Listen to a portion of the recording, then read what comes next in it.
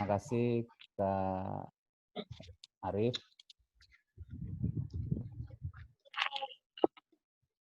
Assalamualaikum warahmatullahi wabarakatuh. Waalaikumsalam warahmatullahi wabarakatuh.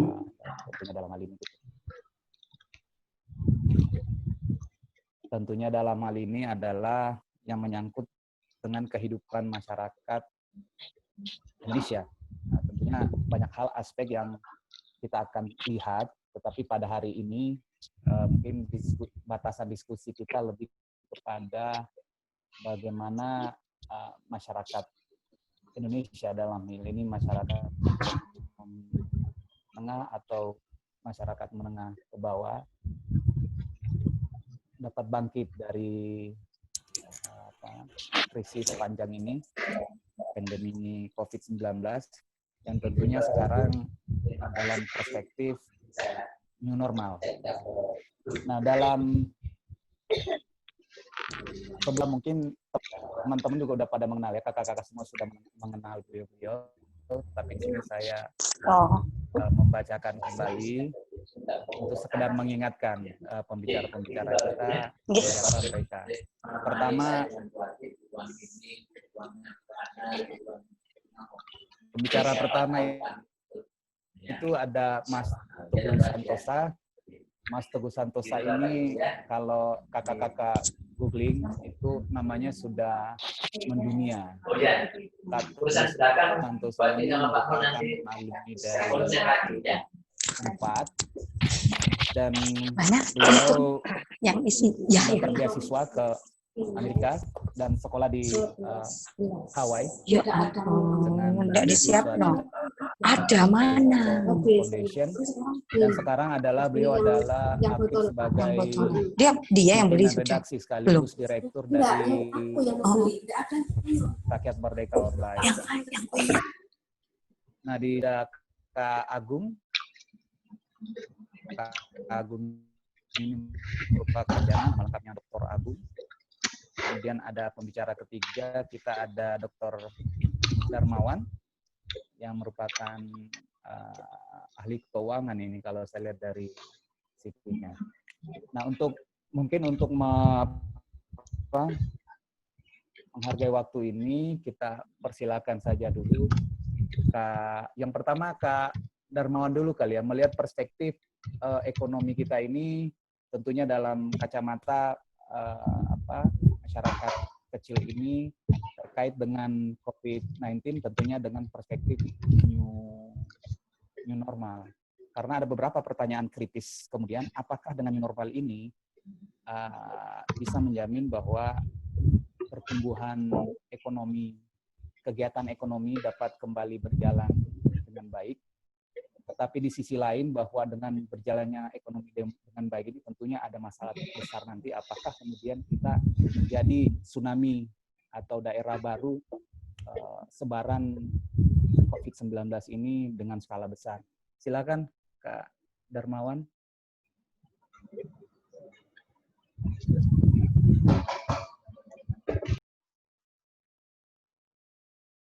Kak Darmawan dipersilakan Kak.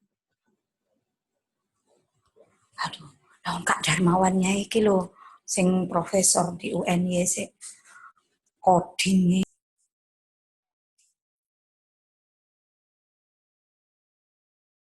Nah, udah. Kedengaran suaranya?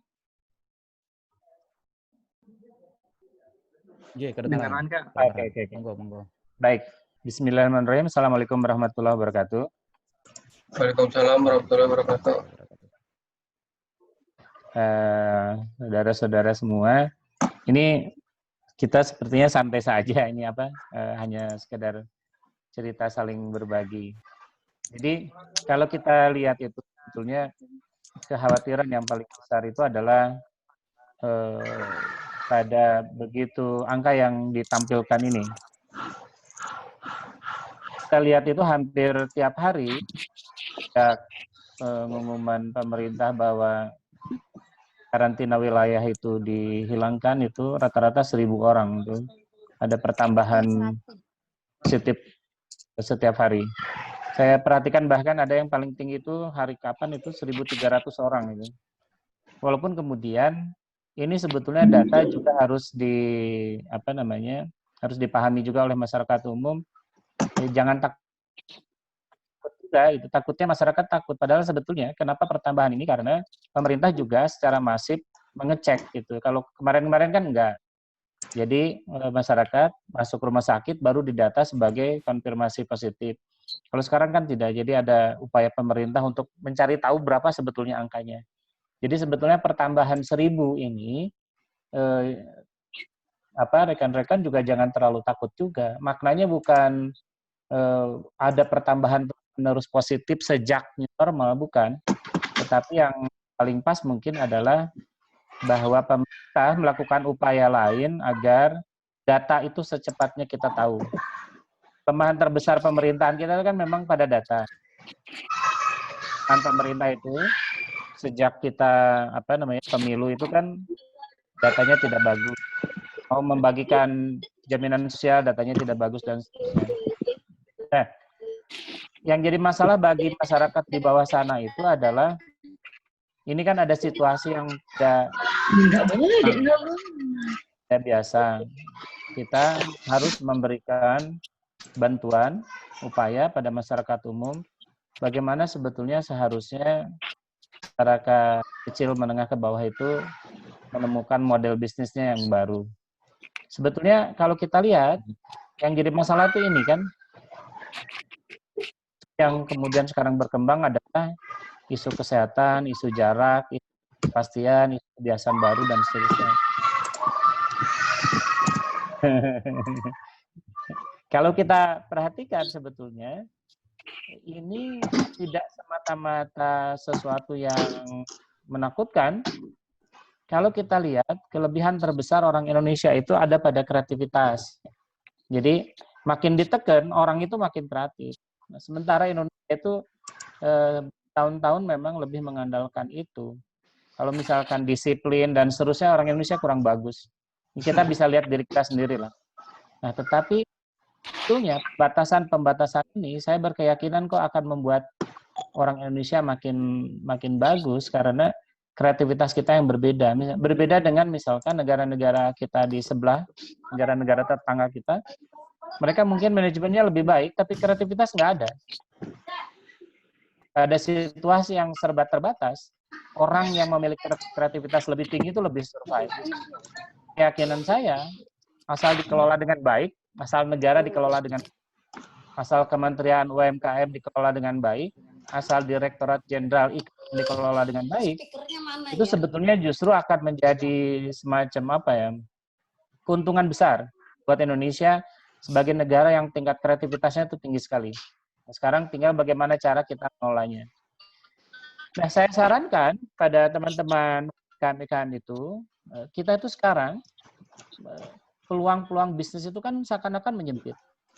Menyempit gara-gara tadi, jarak, kesehatan, dan seterusnya. Maka yang harus dilakukan oleh mereka itu jangan berebut di tempat yang terlalu kecil. Artinya kita harus sama-sama melihat peluang-peluang baru lah. Jangan memperebutkan hal yang sama, berbisnis hal yang sama. Misalkan ibu-ibu, satu bisnis kerudung, semua bisnis kerudung. Satu bisnis gamis, semua bisnis gamis. Padahal kalau membangun membangun waktu Amerika, Pak Teguh, dan selamat siang hari ini di Indonesia. Pak Teguh, dengan adanya kesepakatan parlemen dia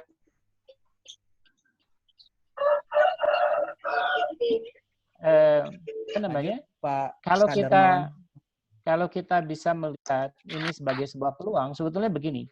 Ibu-ibu misalkan lagi berbisnis gamis, kita punya jaringan yang sangat luas.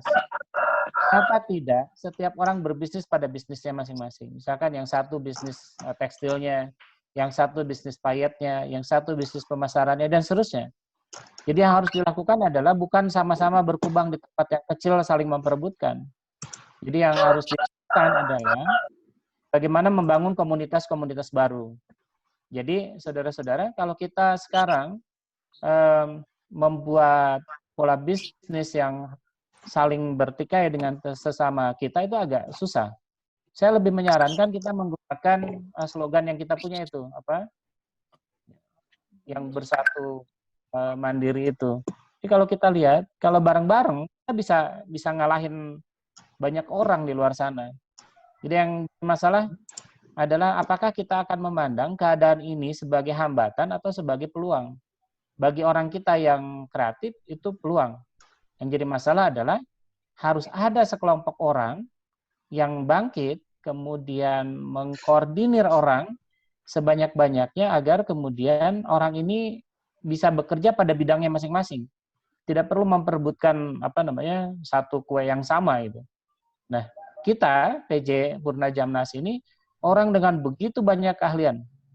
Logikanya sebetulnya, andai saja ini dianggap sebagai komunitas bisnis, maka kemudian peluang saling membutuhkan itu akan muncul. Nah, kalau kita lihat, model bisnis itu kan sebetulnya begini. Jadi yang harus dipikirkan oleh para pebisnis itu pada saat sekarang adalah bagaimana kita membuat barangnya, bagaimana kita menjualnya, bagaimana kemudian pelanggan membayar. Nah, keputusan-keputusan ini bisa kita capai dengan model baru dengan cara berkomunitas yang banyak. Jadi kalau misalkan kita terkungkung dalam bisnis kita sendiri agak susah. Nah, kalau misalkan kita lihat apa yang harus kita sarankan pada pada UMKM IKM di sekitar kita, orang-orang yang ada di sekitar kita, maka saya sarankan pertama ketika menghadapi suasana baru ini, dimensi-dimensi yang baru ini, saya lebih menyarankan saudara-saudara IKM UKM di luar sana jangan mikir dulu model bisnisnya seperti apa, jangan mikir sama sekali bahkan. Jangan terkotak-kotakan dengan definisi. Sekarang jalan saja dulu. Jadi tahap pertama menghadapi COVID-19 adalah jangan berpikir. Di dalam teori filsafat ini terkenal, ini teori filsafatnya asalnya dari Jepang. Katanya kemampuan berpikir seseorang, bereaksi terhadap sesuatu akan makin baik ketika justru orang itu tidak berpikir. Kalau misalkan teman-teman lihat nonton film The Last Samurai, itu tuh ada adegan ketika si peran utamanya itu nggak ngerti-ngerti juga bagaimana caranya menggunakan pedang samurainya. Kemudian si orang Jepang katakan begini, kamu terlalu banyak berpikir katanya. Nah, kemudian sesudah itu dia mempelajari bagaimana caranya menggerakkan tubuh tanpa berpikir. Nah, dalam bisnis itu juga akan kita jalankan. Jadi tahap pertama jangan mikir dulu, jalan aja dulu. Jalannya seperti apa jangan dipikirin. Bentuk usahanya apakah modelnya berubah seperti apa jangan dipikirin. Jalan saja. Pada langkah kedua yang harus kita adalah kita berorientasi pada pelanggan. Jadi dalam berbisnis di era yang sekarang, di mana sekarang semua modal itu tertahan, orang pada takut mengeluarkan modal, maka yang harus kita lakukan adalah jangan mengeluarkan modal. Yang harus kita lakukan adalah lihat dulu orang butuh apa. Jangan memproduksi sesuatu kalau nggak ada yang butuh. Jangan menawarkan sesuatu kalau nggak ada yang butuh dan seterusnya. Jadi, produksi kita semata-mata dilakukan karena ada orang yang... Jadi langkah kedua, orientasi bisnis kita adalah orientasi bisnis pelanggan. Jangan menawarkan sesuatu yang baru. Nah, sesudah itu tercapai, pelanggan sudah loyal, kita akan melangkah ke langkah ketiga. Ini logikanya seperti apa yang digunakan oleh kawan-kawan DNU tuh. Jadi kawan-kawan DNU itu pada prinsipnya berpikirnya begini, mempertahankan budaya lama, mengembangkan budaya baru yang baik.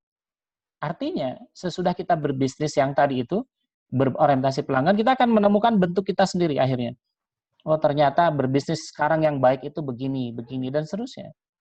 Jadi hakikatnya ketika kita tadi melayani pelanggan, pelanggan itu setiap hari pasti nambah, insya Allah nambah.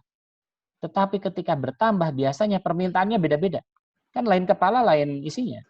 Si ini minta kemasan gini, si ini minta sistem pembayaran. Ya kan tadi kan, model bisnis itu sistem pembayaran, produksi, bagaimana cara penyaluran. Nah, setiap kita menemukan pelanggan baru, mereka akan meminta sesuatu yang baru juga. Nah, inilah pada langkah ketiga ini, kita mulai kemudian membuat peta jalannya. Oh, ternyata sesudah ini loh yang diinginkan orang. Jadi, teman-teman semua, ketika kita memberikan saran pada teman-teman IKM-UKM di luar sana, usahakan mereka jangan ngambil langkah apa-apa dulu. Jadi langkahnya yang deket-deket aja dulu, pelanggan yang ada, pertahankan pelanggan yang ada. Jangan membangun langganan baru, jangan membuat produk baru. Berikutnya, ketika kita tadi bertemu dengan pelanggan-pelanggan baru itu, kita akan menemukan ide-ide hebat.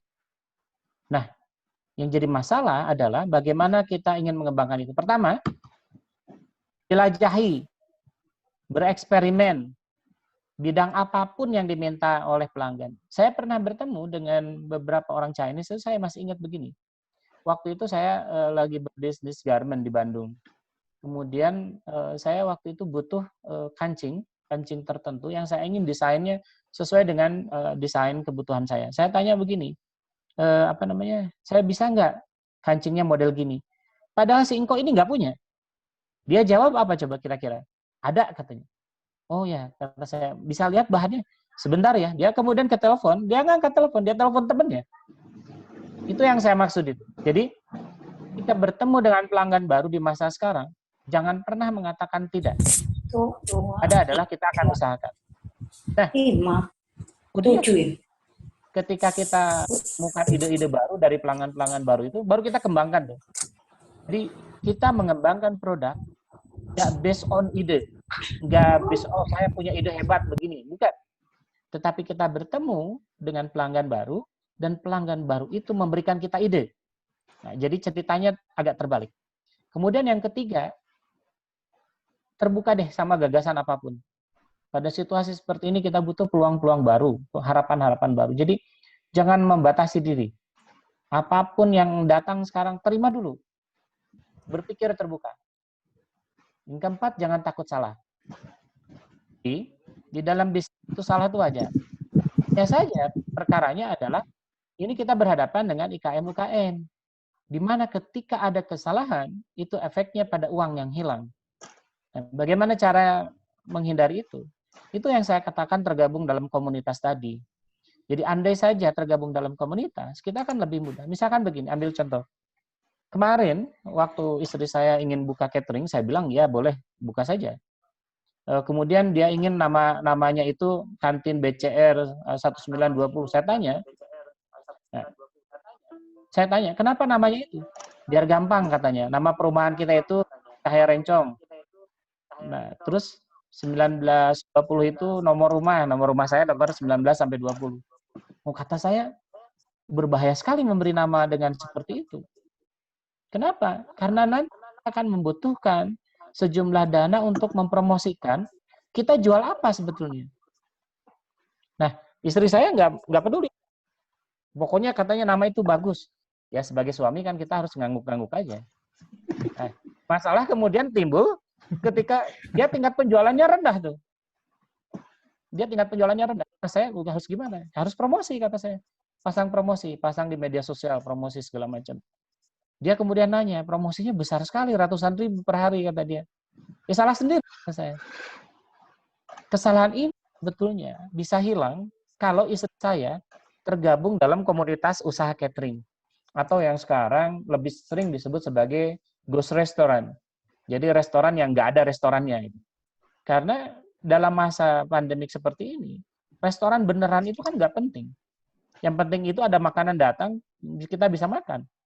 Nah, karena kita kemudian akan sangat terpaku pada teknologi, maka kekuatan utama di dalam berbisnis adalah keyword, kata kunci.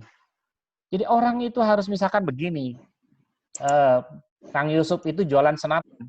Nama tokonya jangan pusing-pusing, senapan Yusuf. Orang paham apa yang dijual. Jadi kalau orang cari keywordnya di Google, cari senapan, langsung keluar nama Yusuf.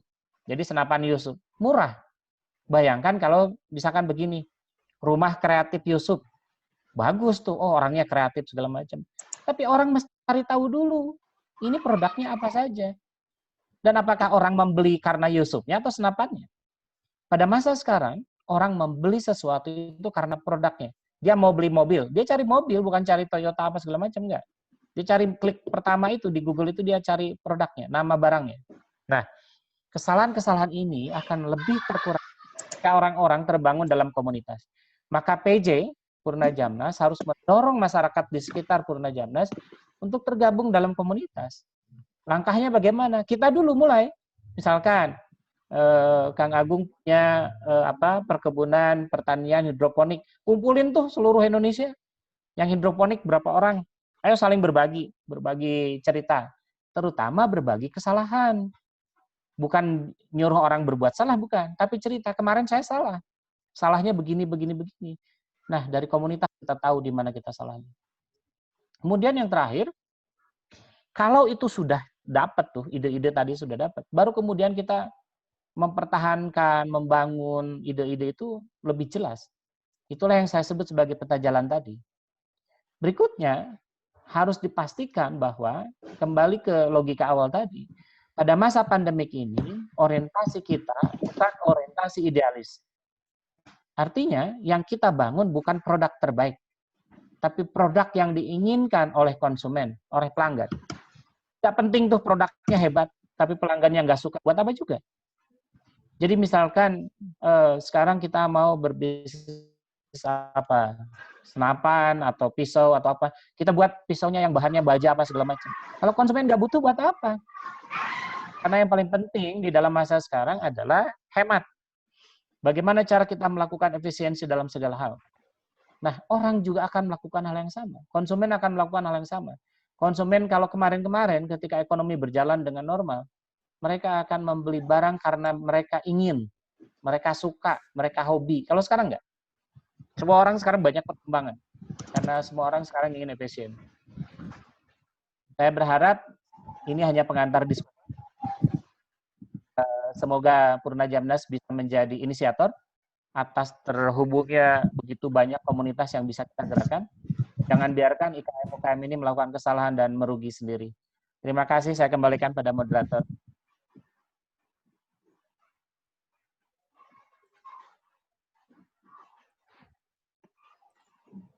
Halo, ya. Menarik sekali apa yang disampaikan oleh Kang Darmawan. Ada beberapa catatan menarik di sini seputar bagaimana kita berbisnis. Yang pertama adalah tadi konsepnya adalah menganut sistem konsep Blue Ocean. Kalau istilah marketingnya Blue Ocean, mari kita menjelajahi wilayah-wilayah baru. Tidak berkumpul pada kerumunan atau retention-nya.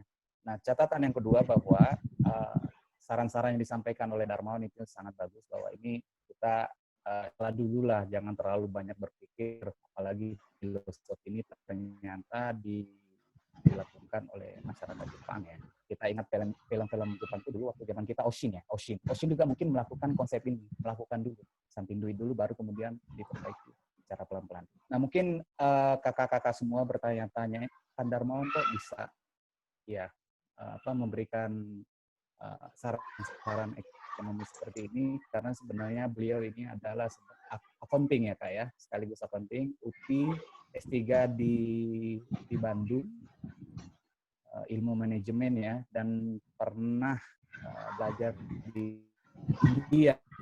India ini kan terkenal nih dengan ayat dari sisi. Nah, untuk sesi pembicara selanjutnya mungkin Kak Agung, Dr. Agung bisa memberikan perspektif bisnis UKM ini. Monggo Kak Agung. Kak Agung monitor, Kak Agung.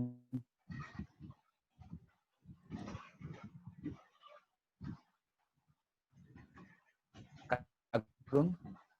Kak Yusuf dengar nggak suara saya? Nah. Oke.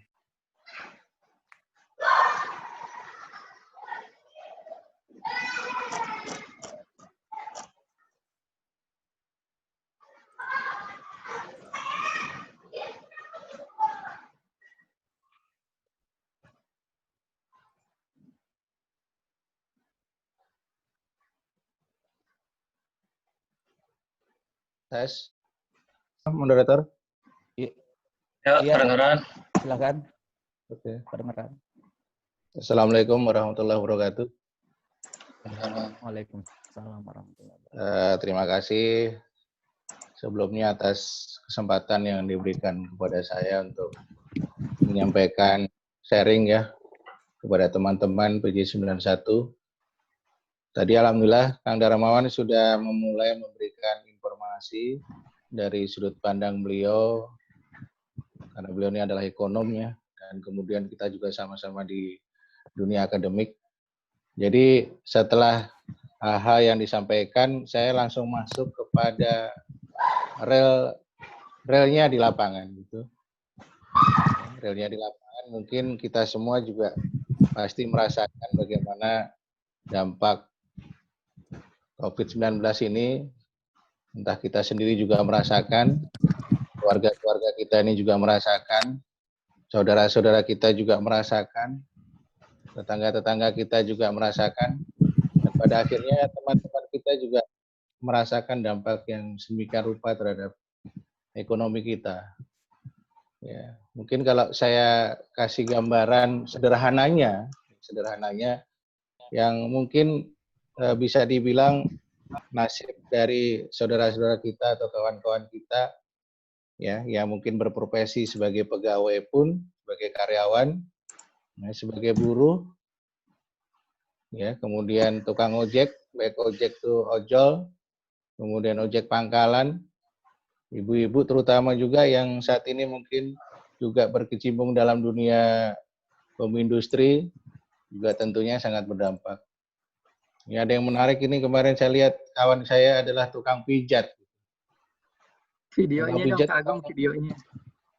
Tukang pijat ya? Biar mukanya kelihatan. Oh iya. Mukanya biar kelihatan.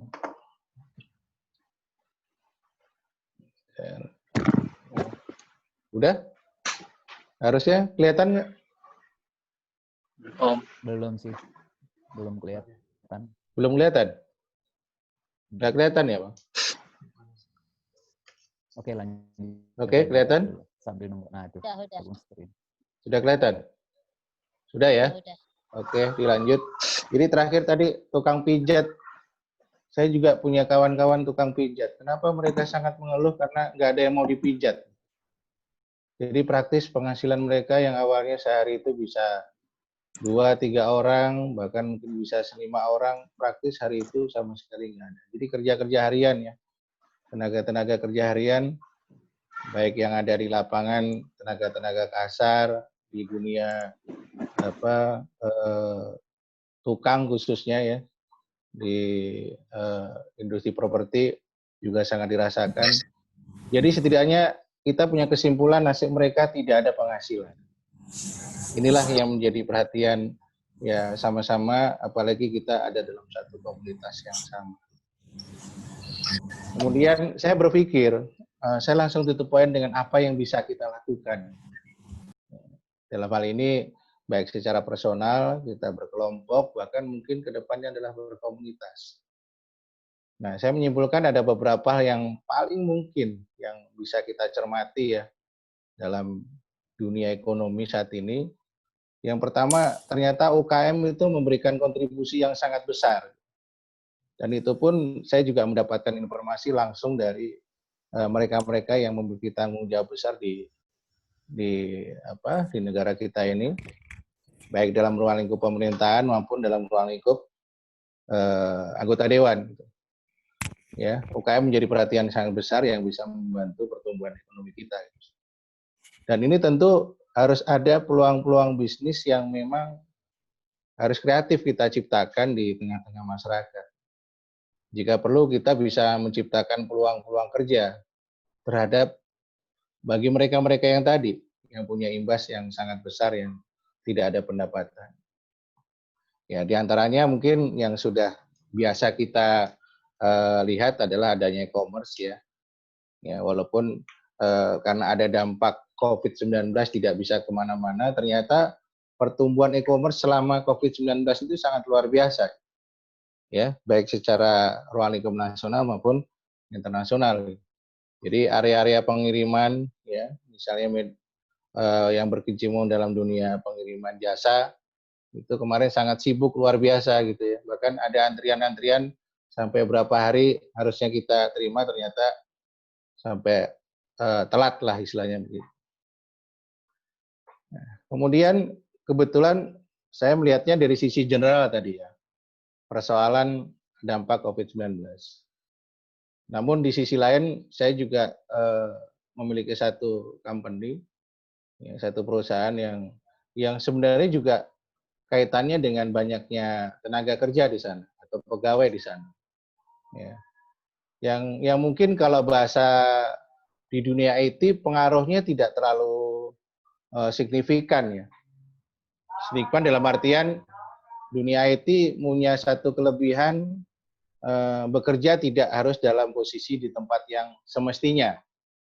Artinya bisa menggunakan remote gitu ya. Apalagi kalau konteks bisnis IT-nya adalah yang berhubungan dengan networking, misalnya mungkin kalau teman-teman di IT mungkin akan paham itu, mungkin dengan software, kemudian kaitannya dengan sistem-sistem yang mungkin saat ini juga pasti akan tetap berjalan terus dibutuhkan oleh halayak terkait dengan IT ya. Tetapi sejauh ini saya perhatikan tidak begitu berdampak dalam sisi teknis. Paling teknisnya yang berdampak adalah kaitannya dengan human-nya, dengan orangnya. Pada saat harusnya bisa meeting dengan klien, meeting dengan user, apalagi kalau harus ke daerah, nah inilah menjadi masalah. Apalagi waktu kemarin misalnya PSBB, kita harusnya bisa ke Bandung, karena harus meeting dengan banyak orang, akhirnya dibatalkan. Namun itu juga menjadi persoalan, tapi kan solusinya seperti ini pada akhirnya. Adanya conference gitu. Ya, jadi kalau di dunia IT, tenaga-tenaga IT mungkin masih bisa beradaptasi dengan lebih bisa ya, terutama yang mungkin fresh graduate yang memang harus segera bekerja setelah lulus kuliah dalam bidang-bidang IT. Tapi secara umum tadi yang saya sebutkan di awal adalah ya tadi adanya saudara-saudara kita yang sangat membutuhkan pendapatan. Nah, ini adalah salah satu skema saja. Jadi pada saat di COVID-19 kita masih bekerja seperti biasa di dunia IT.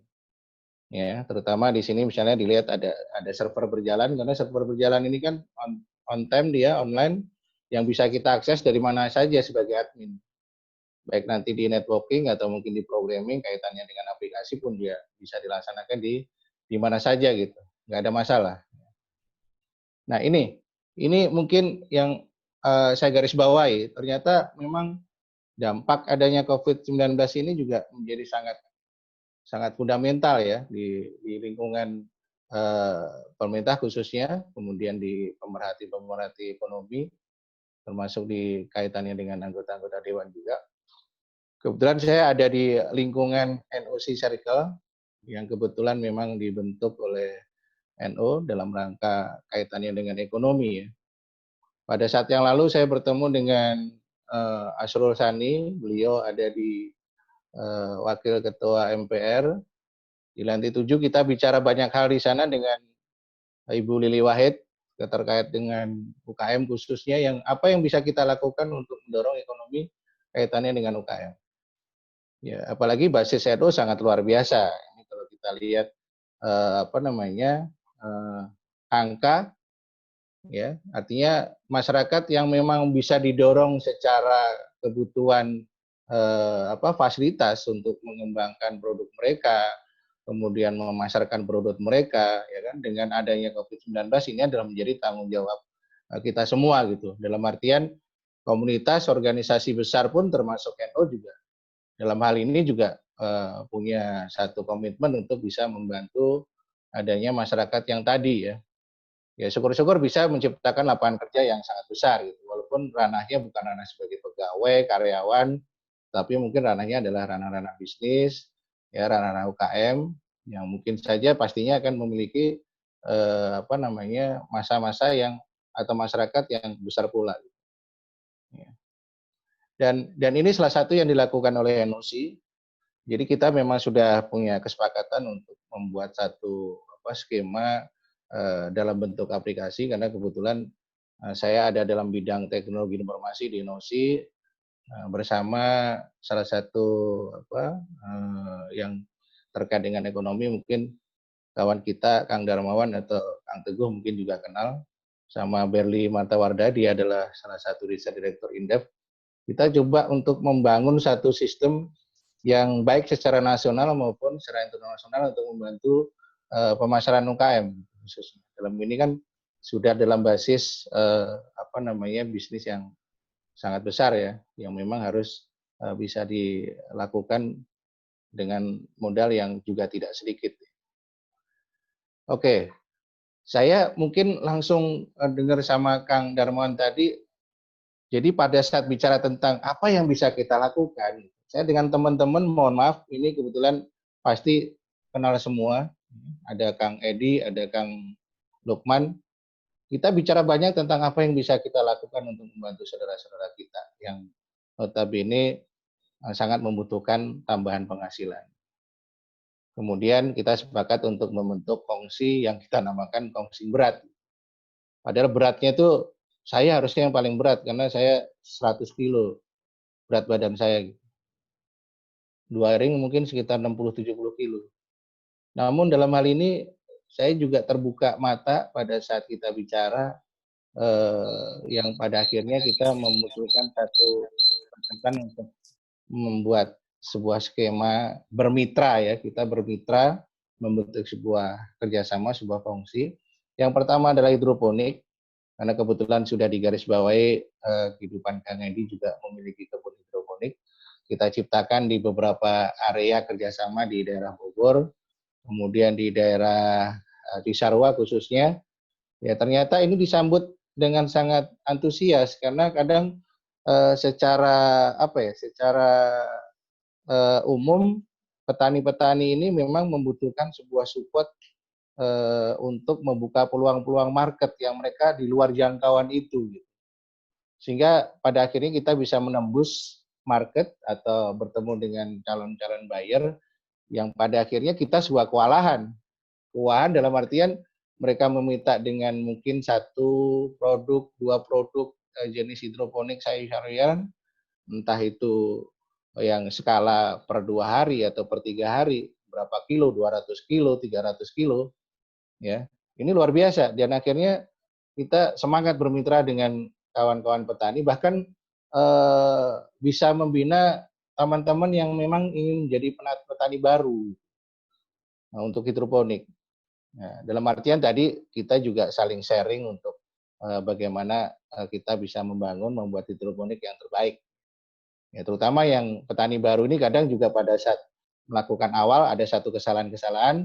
Pada saat saya datang dengan Bang Edi atau datang dengan Bang Lukman, nah kesalahan-kesalahan itu kita sharing dan akhirnya kita menemukan satu solusi supaya kita bisa menghasilkan satu mekanisme produksi yang baik. Yang pastinya akan memunculkan tenaga-tenaga kerja baru, adanya petani baru ya. Dan pada saat ada satu posisi petani lama, kemudian kita punya target dengan produk yang besar, itu pun juga pasti menciptakan tenaga-tenaga baru. Artinya membuka peluang kerja. Ini terakhir, kecil-kecil ya, kecil-kecil recehan sepertinya. Tapi saya tidak menganggap ini adalah recehan bisnisnya sebenarnya. Tapi saya melihatnya dari awal, ya saya nggak nyangka dengan kawan kita dari PJ91 yang bicara otak-otak dan produksi otak-otak, kita coba telaah apa sih yang bisa kita lakukan dengan adanya otak-otak ini. Sederhana sebenarnya. Hal yang kita pikirkan pada saat itu adalah untuk menciptakan kerja gitu, untuk menciptakan lapangan kerja pada teman-teman kita yang mungkin ini nggak kita sadari dari awal. Karena kebetulan kami ada di Bogor, pilihan kita di Bogor dan di Depok, ya. Karena bicara tentang membuka lapangan pekerja, ternyata kalau barangnya adalah kuliner seperti otak-otak ini adalah distributor gitu. Nah, bicara distributor ternyata ada satu konsekuensi pada saat kita bekerja sama dengan ownernya gitu khususnya. Misalnya satu hari harus 500 kilo, ya. Satu hari harus 500 kilo harus habis. Gitu. Berarti sebulan berapa ton itu ya? Dalam bayangan saya, areanya pasti akan membutuhkan sales. Ya, bahasa kasar sales itu awalnya ternyata memang saya teliti dari berbagai macam karakter distributor. Pekerjaan jadi sales itu adalah sangat-sangat nggak menarik gitu, nggak menarik. Tapi saya juga berusaha untuk mencari informasi, konsultasi dengan kawan-kawan yang ahli kaitannya dengan bisnis-bisnis model seperti ini. Artinya dengan barang yang sama, dengan barang yang sudah biasa di masyarakat, tapi bisa menarik. Bagaimana cara menarik? Karena melihat teman-teman kita pada nganggur nih. korban PHK, yang tadi kerja harian akhirnya nggak kerja, ya kan? Ya punya anak 2, istri 1, ya kan? Tinggal di Jakarta, Bogor, harus pulang ke Solo nggak bisa, pulang ke Semarang nggak bisa, ya pulang ke Brebes nggak bisa. Ini apa yang bisa kita lakukan? Ternyata seru juga gitu pada saat saya bicara tentang sales dan calon sales ini, tentu perspektifnya adalah bagaimana membuat mereka itu nyaman untuk bisa menjadi sales. Itu tanda kutip ilmunya pertama, bagaimana kita membuat skema nyaman untuk menjadi sales. Karena kalau kita menciptakan lowongan pekerjaan, di perusahaan saya di IT, otomatis kan hanya ruang-ruang mahasiswa yang punya kapasitas IT aja yang bisa masuk, ya kan? Dan mereka rata-rata sarjana. Nah, tapi kalau untuk ruang lingkup yang tadi, ya tukang pijit, ya, nungguin di rumahnya itu nggak ada yang datang. Saya sendiri yang biasanya pijit bisa 3 minggu sekali, saya juga takut untuk dipegang tukang pijit, takutnya kena corona kan. Nah ini contoh, si Bogor, di Bogor saya coba untuk berkomunikasi dengan kawan-kawan, mau nggak ya kira-kira kalau menjadi sales, tapi ini bergaji ya, artinya ada gaji pokok, ada uang jalan, ada uang bensin dan sebagainya, ternyata menarik. Gitu. Ya kan? Tapi yang menjadi masalah adalah persoalan distributor itu tidak dalam kapasitas mencari keuntungan yang punya margin besar. Tapi bahasa kasarnya, walaupun distributor itu ngambil keuntungan 1.000, 2.000, gitu, itu adalah bagian dari distributor. Justru yang ketemu end user itulah yang harus memiliki atau menikmati margin yang besar. Gitu. Ya. Cuman kan dalam hal ini distributor kan nanti bermainnya kan pengaliannya dengan berapa ton ya, gitu. Bukan berapa kilo lagi, tapi berapa ton. Tapi hal ini kita akhirnya berani. Ya, kongsi berat berani, Bang Edi jalan, ayo. Kemudian Kak Luman, ayo. Ya, kita bentuk. Dan akhirnya saya keliling selama 2 minggu sambil jualan sambil memasarkan produk ini. Padahal produk ini ada produk yang mungkin kompetitornya juga banyak, tapi kita punya strategi yang gimana bisa masuk ke area teman-teman. Ternyata surprise. Dalam 2 minggu saya sudah mendapatkan mungkin kisaran pada saat itu belasan calon sales, belasan calon sales dalam 2 pekan. Kemudian saya punya reseller kurang lebih di Bogor sekitar 60 reseller dari teman-teman terdekat yang memang sangat berdampak ya, sangat berdampak, dan dia harus menikmati proses bisnis ini gitu. Ya kan? Kalau kita lihat bahasanya reseller ya, ini langsung to the point bahasanya reseller. Itu bisa mencapai gaji karyawan di atas UMR pula. Ya, pengalaman 1 minggu itu ternyata dia punya teman-teman di belakang dia pada saat dia bisa membantu jual itu, kasarnya 400 kilo itu 1 minggu, nggak sampai 1 minggu, harusnya 4 hari ya. Itu 400 kilo. Kalau dia punya satu margin 300 rupiah aja, ya 4 hari itu pendapatan dia sudah 1.200.000.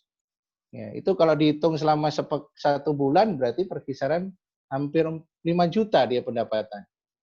Nah inilah yang saya coba bicara sederhana, langsung ketemu teman-teman, ayo apa yang kita lakukan, ternyata mengena dan mereka sangat riang gitu. Ya. Ya, saya tidak bicara tentang otak-otaknya sebenarnya, tapi saya bicara tentang bagaimana membuat skema mekanismenya, membuat skema pendekatan kepada teman-teman yang harus survive untuk mendapatkan pendapatan, dan ternyata pada saat semakin berjalan, saya menghitung satu kecamatan paling nggak ada 2 sales misalnya, 2 sales. Di Bogor ada 40 kecamatan, berarti kita bisa menciptakan kawan-kawan kita yang nganggur 80 orang. Di kabupaten, di Kota Madia ada 6 kecamatan, kalau di situ ada 2 sales, setidaknya ada 12 sales di sana. Kemudian di Karawang ada 30 kecamatan, ada 60 sales. Berarti setidaknya kesempatan ikhtiar kami adalah membantu teman-teman sekitar lebih dari 100 orang yang berdampak. Begitupun juga dengan reseller yang pasti jumlahnya juga pasti akan sangat besar. Itu saya hanya bicara tentang Bogor, Depok, dan Karawang. Nah ini yang coba kita lakukan secara real di PJ91, yang syukur-syukur nanti akan merambah kepada komunitas ya, yang mungkin akan lebih hebat lagi ya di teman-teman ya. Ini sebenarnya yang saya coba kemukakan, karena secara umum tadi sudah gambaran dari Kang Darman, saya hanya melengkapi dengan real bisnisnya aja. Ya, yang syukur-syukur ini bisa menjadi inspirasi buat teman-teman juga. Dalam hal ini saya bersepakat pada saat bicara tentang pertemanan, berkomunitas, ya harus kita membuatkan sinergi ekonomi. Terima kasih Kang Lukman. Saya kembalikan kepada moderator. Assalamualaikum warahmatullahi wabarakatuh.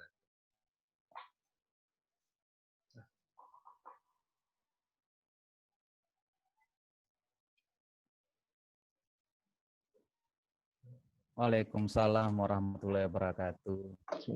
Menarik sekali apa yang disampaikan oleh Kak Agung.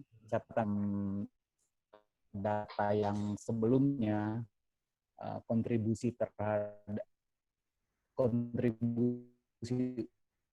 UKM terhadap negara itu sebesar 60%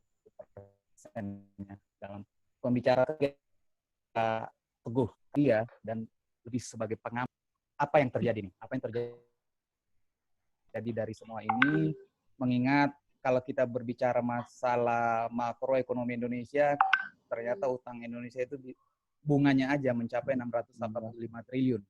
Nah, tentu kalau kita tarik ke dalam ekonomi mikronya tentang kehidupan sehari-hari,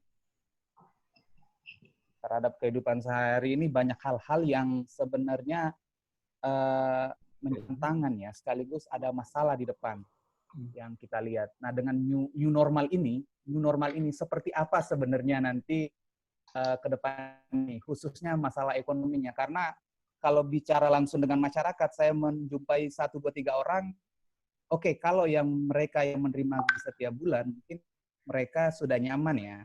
Tetapi bagi masyarakat yang mengandalkan kreativitasnya, mereka mengalami penurunan omset 50% sampai 70% kan. Dengan adanya new normal ini, apakah kemudian ekonomi masyarakat itu terbesar?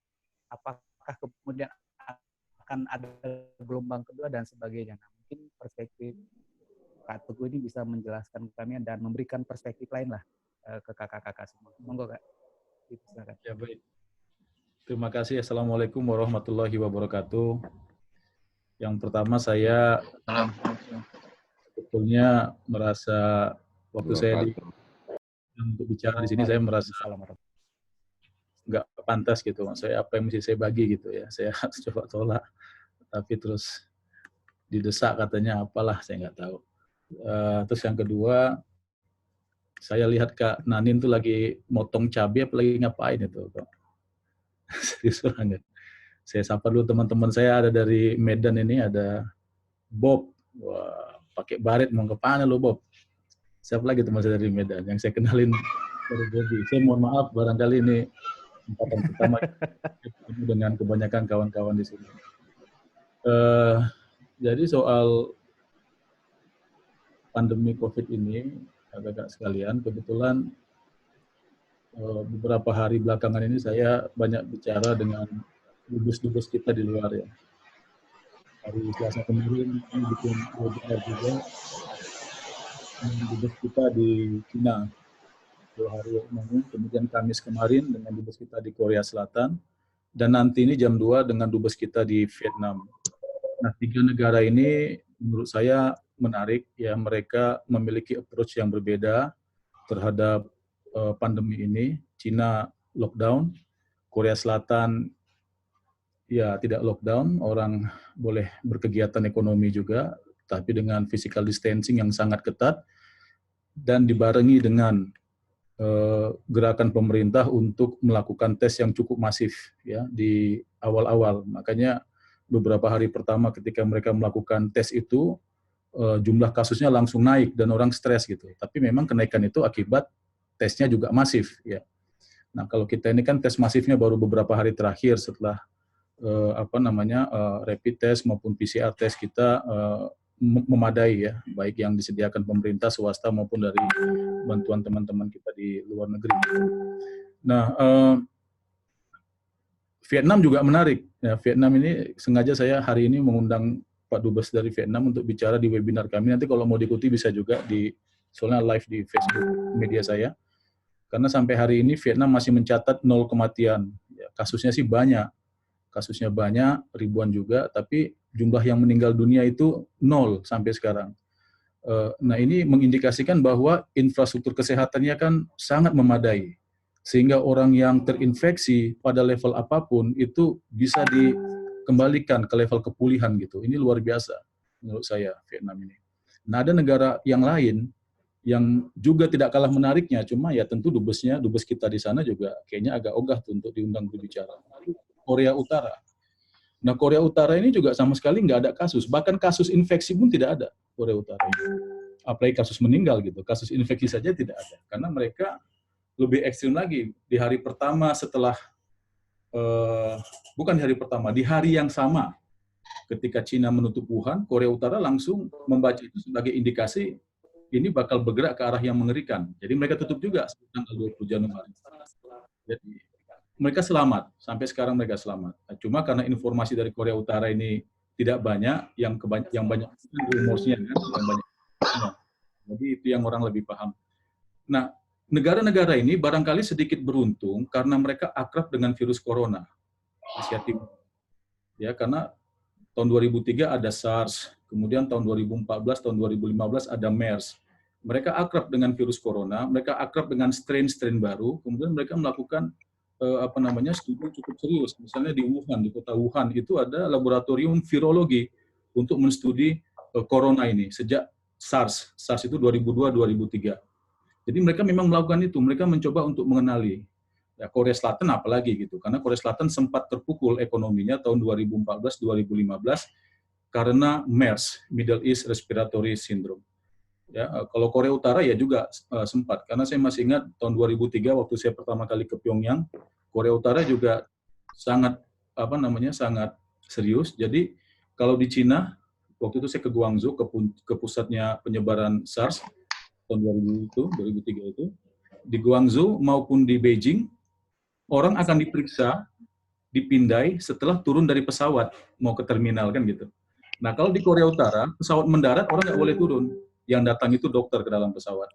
Jadi orang bisa di dalam pesawat. Kalau misalnya demam apa segala macam, ada indikasi tidak menarik, ya sudah, tidak usah masuk ke terminal, naik bis ke pesawat yang berangkat berikutnya ke Beijing.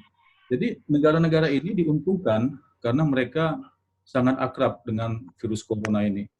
Nah, tahun 2002-2003 ketika SARS, kita tidak kena. SARS-nya, virusnya berhenti sampai Singapura, karena waktu itu ada orang nginap di hotel di Guangzhou, kemudian dari hotel di Guangzhou itu dia nyebar kemana-mana, yang paling dekat dengan kita tuh di Singapura.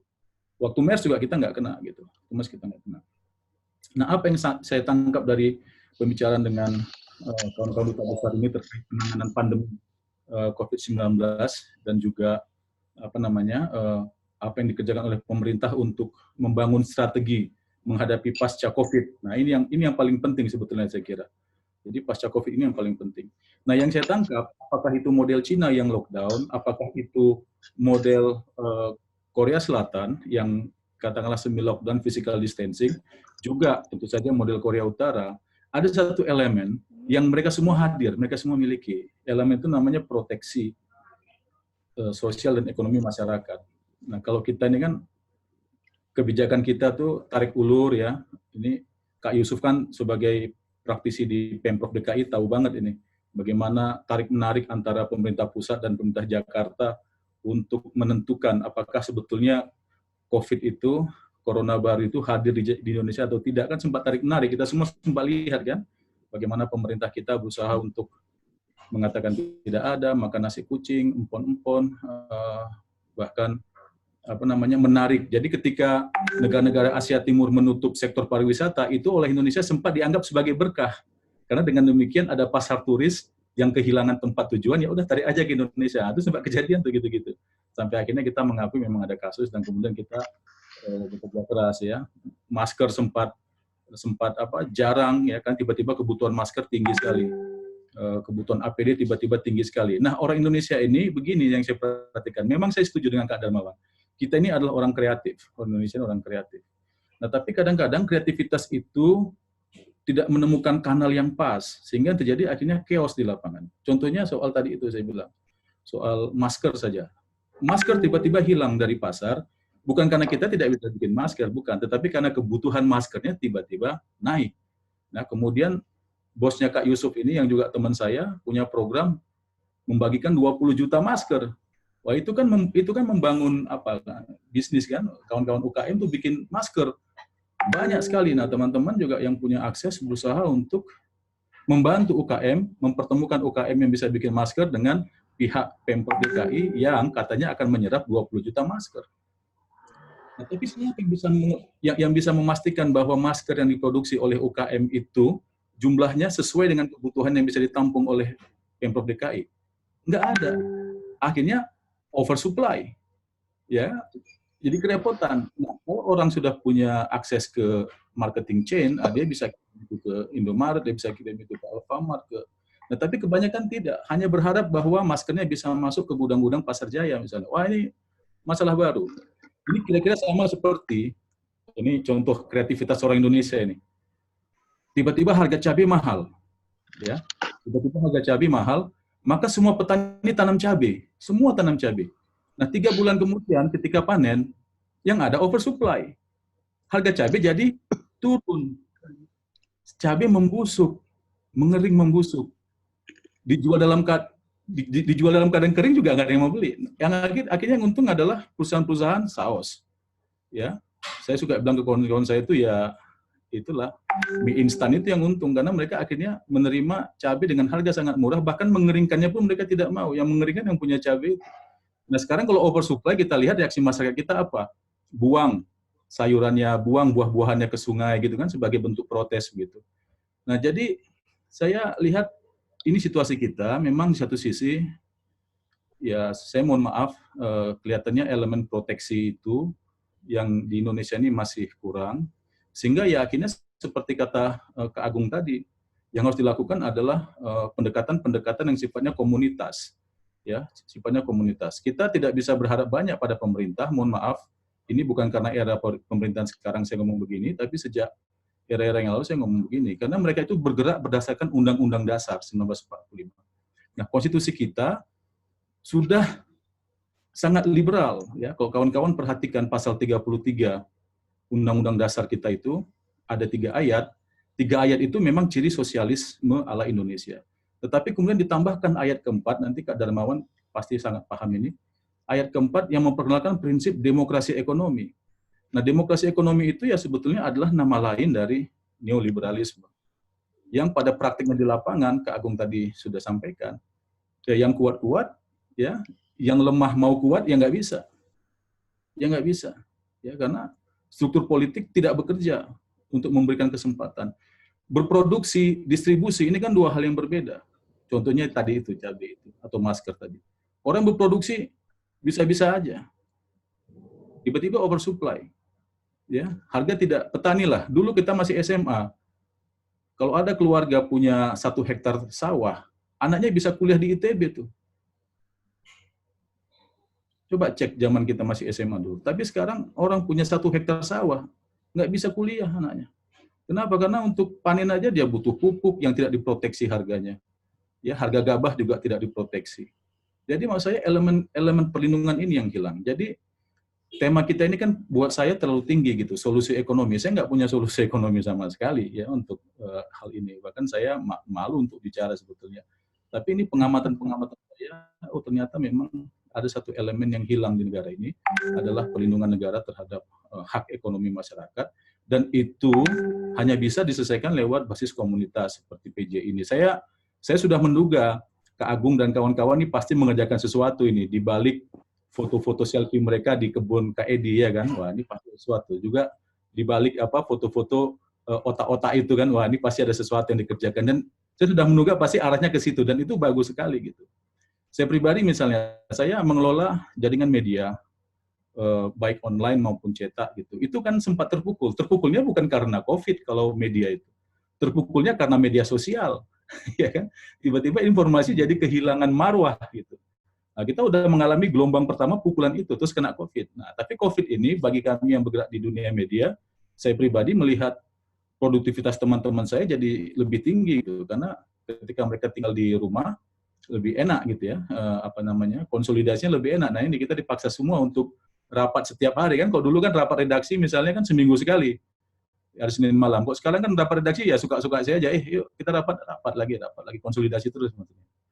Nah, tapi memang ada juga bisnis-bisnis yang saya pribadi dan kawan-kawan di grup saya tidak kembangkan karena kita sudah dipukul. Tadi saya bilang kita dipukul, kita nggak bisa create profit dari media yang cukup tinggi gitu, sementara operasional kita besar juga dan brand cabang kita kan ada di sekarang 19 provinsi lah gitu ya. Jadi harus ada real business, istilah kita sih real business. Jadi saya masih ingat sebelum COVID, sebelum Maret ya, awal Maret lah, pertengahan Maret kita baru mulai geger itu. Saya lagi merintis, ini teman-teman pasti kaget ini. Saya lagi merintis produksi cerutu di Malang, ya kan? Dan kita udah punya plan, kita akan bikin cerutu akan kita pompa menjadi satu kebutuhan lifestyle. Kita khas lah, jaringan distribusi kita udah. Tiba-tiba kena COVID, ya kan berhenti lagi. Nah, terus teman di Banten, ada Remol Banten juga, dia produksi sepatu. Kita juga ada bayangkan nih, kira-kira sepatu ini akan seperti apa. Karena kawan-kawan, tadi saya katakan, produksi dan distribusi ini dua hal yang berbeda. Nah, distribusi membutuhkan jaringan.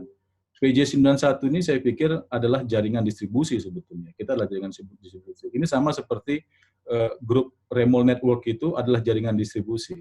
Jadi saya mendorong kawan-kawan saya, pengelola media, pengelola Remol di daerah itu untuk memikirkan bisnis-bisnis yang lain di luar media ya, yang dia produksi barang gitu, apalah gitu. Kayak tadi saya bilang tuh, kawan di Malang bikin cerutu, kawan di Banten bikin sepatu.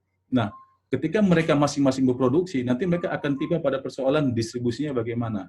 Nah, karena kita sudah punya, insya Allah relatif lebih mudah gitu, karena sudah ada di sini, sudah ada di sana. Nah, PJ91 ini, saya pikir nilai strategisnya itu di situ. Tentu tidak semua kita misalnya punya passion untuk menekuni dunia produksi, mungkin tidak semua ya. Yang nggak ada masalah ya. Kalau tidak jadi produsen kan jadi konsumen kan gitu. Jadi semuanya akhirnya berperan dalam jaring-jaring kehidupan ini. Nah, kawan-kawan, saya mohon maaf tadi itu saya katakan mungkin isunya terlalu besar, jadi saya tidak punya hal yang konkret ya, isu solusi ekonomi saya nggak punya. Kalaupun bisa dianggap solusi, ya saran saya ya bersatu, bersaudara, mandiri itu memang diaplikasikan, dan alhamdulillah kita oleh sejarah sudah dibantu untuk memiliki jaringan dari Sabang sampai Merauke, bahkan ada di Timor Leste juga kan begitu. Saya kira begitu, Kak, saya akhiri, mohon maaf kepanjangan ngacapruknya. Assalamualaikum warahmatullahi wabarakatuh. Waalaikumsalam warahmatullahi. Wah, menarik sekali. Ada beberapa catatan penting yang dari Kak Teguh sebenarnya menyadarkan kita ini semua, Kak, menampar kita bahwa sebenarnya jaringan PJ9 tadi saya garis bawahi, saya itu adalah bisa memanfaatkan sebagai kekuatan kita ini ada di sini. Mungkin Kak Teguh atau teman-teman yang lain yang ada tanggapan pada ketiga kakak kita, narasumber kita, silahkan.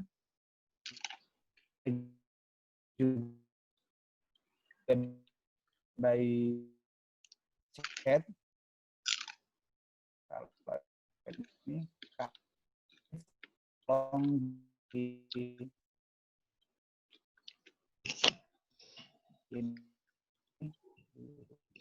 bukan ya. Tapi ada kata menarik, Bu, ini kalau kita buat tahapan new normal ini oleh pemerintah, apakah ada keyakinan bahwa kemudian perputaran ekonomi itu akan bisa dilakukan oleh misalnya Vietnam dan sebagainya?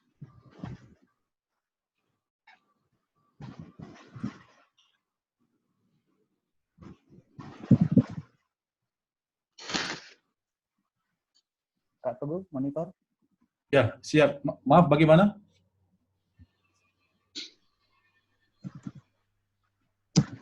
Apakah kemudian dengan kondisi seperti ini kita sekarang berada di dalam, bahkan berada di dalam era new normal ini, dengan keyakinan bahwa dalam beberapa literatur, keyakinan pemerintah bahwa dengan new normal ini bisa kemudian kembali memutarkan roda ekonomi sekitar, dalam beberapa literatur saya baca sekitar 1-2% ya dalam setiap bulan ini.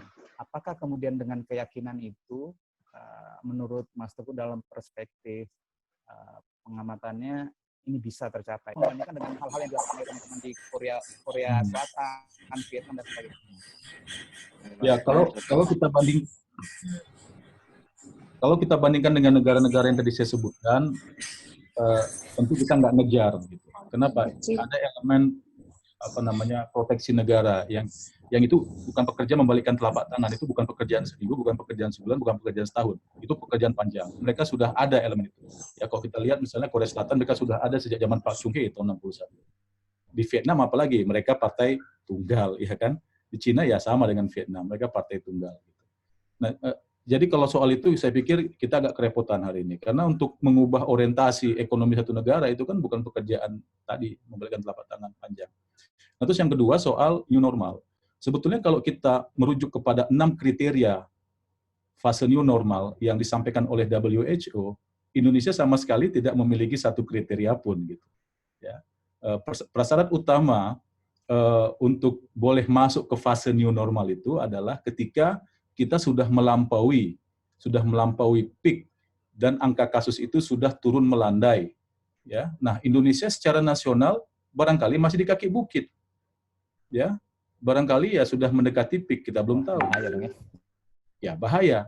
Nah, tapi memang Jakarta relatif lebih baik performanya. Karena kalau kita lihat grafik Jakarta itu peaknya sudah lewat, dia turun, melandai, kadang-kadang ada baki, kadang-kadang ada zigzag, segala macam gitu. Naik kasus, turun lagi dikit.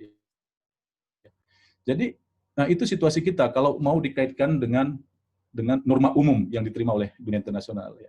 Nah, makanya kalau menurut saya, new normal yang sedang dipromosikan oleh pemerintah Indonesia ini adalah upaya untuk kompromi antara kebutuhan memompa ekonomi di masyarakat dan juga di negara dengan upaya melindungi warga negara dari serangan virus tak terlihat ini. Jadi inilah komprominya, kita pakai istilah new normal kita gitu.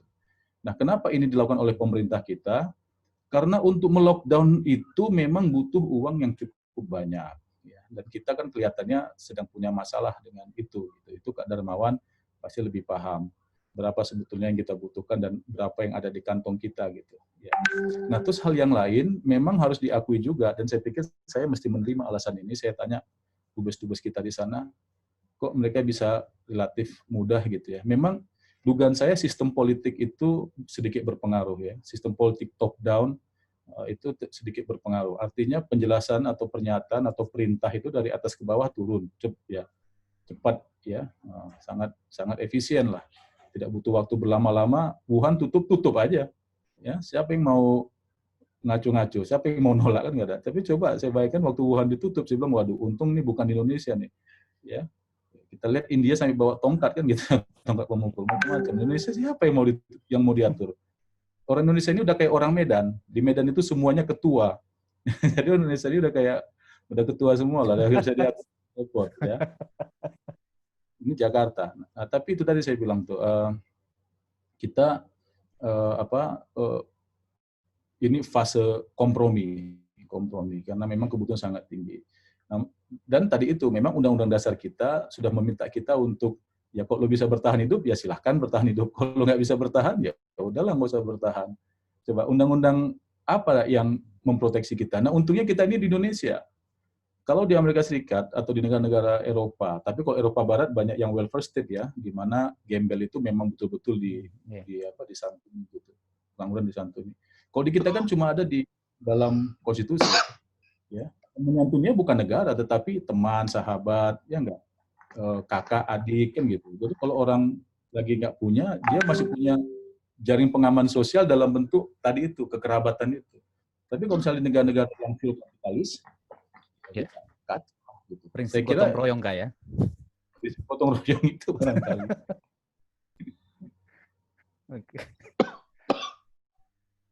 Oke Kak, silakan kalau ada yang mau bertanya atau berdiskusi kepada 3 kakak narasumber kita, Monggo silakan Kak Arif, monggo dipandu Kak Arif.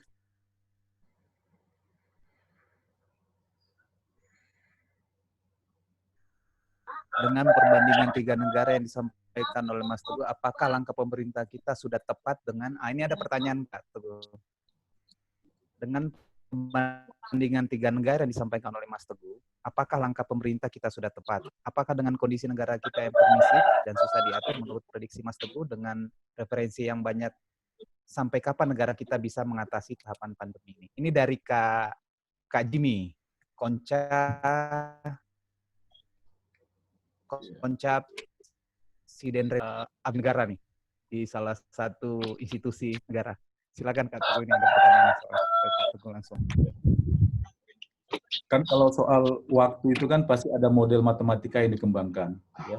Kan sejak bulan Maret model matematika pertama itu dipresentasikan oleh kawan-kawan matematika dari ITB. Nah, tapi setiap model itu selalu ada syarat dan ketentuan yang harus diberlakukan. Jadi setiap model, setiap prediksi, setiap skenario itu membutuhkan syarat dan kondisi yang harus diberlakukan. Nah, kita ini kebanyakan memprediksi sesuatu, tetapi syarat dan kondisinya tidak diberlakukan. Sehingga akhirnya untuk urusan peak-nya itu lewat-lewat terus gitu. Ya lewat. Jadi orang bilang, ini modelnya salah. Bukan modelnya salah, bukan skenarionya salah, bukan hitungan matematikanya salah, bukan. Tetapi syarat ketentuannya yang tidak diberlakukan. Nah, saya nggak tahu sampai kapan kita bisa apple to apple ya. Nggak bisa. Siapa yang bisa di Indonesia ini memprediksi ini? Makanya ya, ini kita sudah sama-sama paham situasinya. Ya kita semua nantilah ya Kak ini kalau lagi Kak Agung kalau lagi bawa otak-otak itu aspek protokol kesehatannya diperlakukan. Gitu. Saya dengan Anies Baswedan saja lebih dahulu memperlakukan kerja dari rumah loh. Saya itu tanggal 13 Maret, kantor langsung saya tutup. Saya kasih protokol kesehatan. Jadi yang mereka belum tutup, saya udah tutup nih. Udah nggak benar ini. Udah nggak benar. Karena kita ragu. Bahkan ketika saya sempat dirawat, akhirnya diketahui demam berdarah, saya bilang ke Anies, tolong dong saya dirawatnya di rumah sakit umum daerah aja. Karena saya lebih yakin dengan cara Pemprov DKI menghadapi kasus ini daripada dengan mohon maaf aja rumah sakit pusat gitu, karena saya nggak ngerti juga, kita nggak paham saya dikasih klorokin, bayangin. Saya bukan dikasih karena kedekatan nggak Kak Teguh ya? Enggak. Saya dikasih minum klorokin tuh sebelum hasil swab pertama saya keluar. Begitu hasil swab pertama saya keluar dan negatif, saya tolak klorokinnya. Kata perawat, Pak, ini Presiden Jokowi sudah susah payah menghadirkan klorokin. Saya bilang, nah itu masalahnya, itu keputusan politik, bukan keputusan medik, saya nggak mau terima, saya bilang. Klorokin tuh pahit banget loh. 6 biji satu hari. Iya. Nah, jadi saya nggak tahu. Di tengah ketidaktahuan itu, tadi saya kembali ke Kang Darmawan dan Kang Agung, yang kita butuhkan adalah, sudah benar ini kawan-kawan PJ91, saya sangat respect ya, di tengah pengamatan saya secara diam-diam itu saya sangat menghargai dan sangat ternyata bisa memperkuat jaringan pertemanan kita dari sekian puluh tahun lalu itu. Nah, saran saya cuma itu aja kita kembangkan. Karena memang kelihatannya negara meminta masyarakatnya untuk yang kreatif ini, setelah dia kreatif, yang dia perlu lakukan adalah mengorganisir diri untuk semua level produksi tadi. Saya kira saya nggak punya sungguh-sungguh saya nggak punya jawaban. Kalau saya punya jawaban, mungkin saya langsung panggil Pak Jokowi disuruh bantu ini, gugus tugas kali itu. Enggak, saya nggak paham. Ya baik. Ini pertanyaan berikutnya nih dari Kak Yusuf nih ke Kak Agung. Bagaimana proses bisnis otak-otak Bang Ale sebagai brand baru di masa pandemi COVID ini? Apakah bisa kami gabung bisnisnya? Nah, ini untuk Kak Agung, untuk Kak Darmawan. Pandemi COVID-19 dan segala atributnya telah membuat shifting dalam kehidupan sehari, termasuk dalam proses bisnis dan berusaha. Salah satu tadi yang dibahas oleh Kak Darmawan adalah brand loyalty. Ini mungkin bisa dijelaskan, bisa kalah dengan brand baru karena faktor ketersediaan dan produktivitas safety. Bagaimana perlu newcomer ini? Nah, mungkin Kak Agung dengan Kak Darmawan bisa monitoring. Silakan. Ya, monitor. Kalau pakai monitor ya. Kalau mau nulis itu ini ya, nulis gitu. Ini siapa dulu nih? Saya lagi di Agung unmute. dulu nih, Kak Agung dulu. Iya. Oh, ini. Oke, dengar, Bang? Iya, Tes. dengar. Oke, untuk kaitannya dengan tak-kotak, mungkin termasuk dengan hidroponik ya. Dua kegiatan ini sebenarnya siapapun PJ91 bisa bergabung pasti. Persoalannya adalah di area ya, karena kan kami kemudian ada di area Jabodetabek, kemudian sebenarnya sudah masuk ke area Kerawang dan Cikampek ya, masih di area Jawa Barat dan Jakarta lah. Sebenarnya bukan berarti tidak bisa berkembang ke lain daerah ya. Ya, tentu kita bisa pertimbangkan pada saat produksi ini sampai ke daerah dengan jaminan kualitas yang bagus, dengan kesehatan juga. Dan ini tentu harus kita pertimbangkan lebih detail ya secara teknis ya. Artinya bisa, bukan tidak bisa. Brand baru terkait dengan nama, munculnya nama itu walaupun produknya itu adalah produk-produk yang biasa, sebenarnya ini untuk mengantisipasi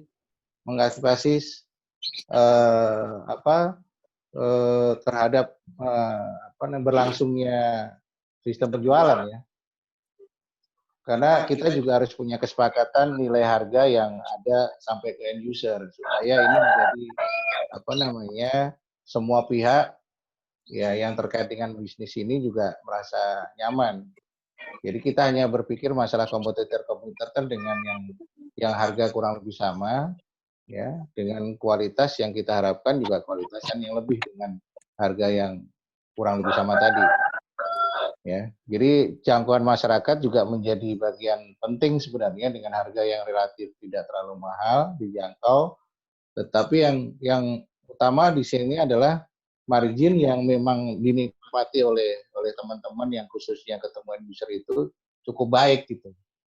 Ya, bukan semata-mata dengan brand yang bagus ya, tapi juga harus kita pertimbangkan kualitas dari barang itu sendiri. Walaupun kita ciptakan nama baru, ya diantaranya sebenarnya hanya masalah teknis di lapangan supaya kita jelas, oh barang kita ini harganya ini. Dari semua area kita sudah punya kesempatan nilainya tertinggi adalah sekian. Walaupun nanti di daerah mungkin agak sedikit berbeda ya. Ya, jadi pada prinsipnya ini adalah terobosan yang mungkin awalnya adalah kelompok-kelompok dari area PJ91, tapi pada saat kita analisa, karena kebetulan saya juga bertanggung jawab di Litbang ya, kenapa enggak kita mainkan ini gitu, ya baik hidroponik maupun tadi produk-produk. Seharusnya juga kita tidak harus berpikir dengan produk ini yang sudah kita kembangkan ya. Jawa Timur nggak apa-apa, kita mulai dengan apa yang bisa dilakukan di Jawa Timur, di Jawa Tengah juga sama, kemudian di Sumatera juga sama, di Sulawesi juga sama. Ya kan, cuman mungkin yang kita pikirkan adalah kita harus lakukan sesuatu dengan konsep yang mungkin kurang lebih bisa kita diskusikan, bermanfaat untuk kawan-kawan anggota PJ91, syukur-syukur bermanfaat untuk kawan-kawan di luar itu dan mungkin masyarakat gitu. Intinya hanya itu konsepnya. Ya kan? Karena pertanyaannya adalah bagaimana produk ini bisa mengena kepada orang-orang yang memang sangat membutuhkan penambahan penghasilan, bahkan penghasilan itu sendiri. Demikian moderator. Ya, baik Kak Agung, terima kasih. Ini ada pertanyaan menarik nih dari Kak Arif ini. Saya pikir mungkin Kak Arif karena pengalaman sehari-hari ini kepada kawan. Jadi tadi disampaikan bahwa kita harus melihat peluang baru dan segera melaksanakannya ya.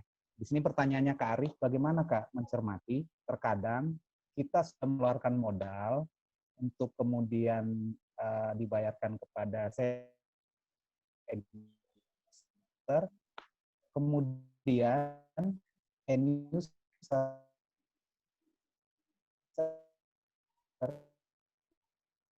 minta dicicil. Nah ini gimana nih dengan keuangan? Saya pikir hal-hal yang membayaran bisnis retail itu Kak Lukman suaranya hilang, Kak Lukman. Suaranya putus-putus kayaknya itu. Mungkin suaranya hilang. Terus yang dari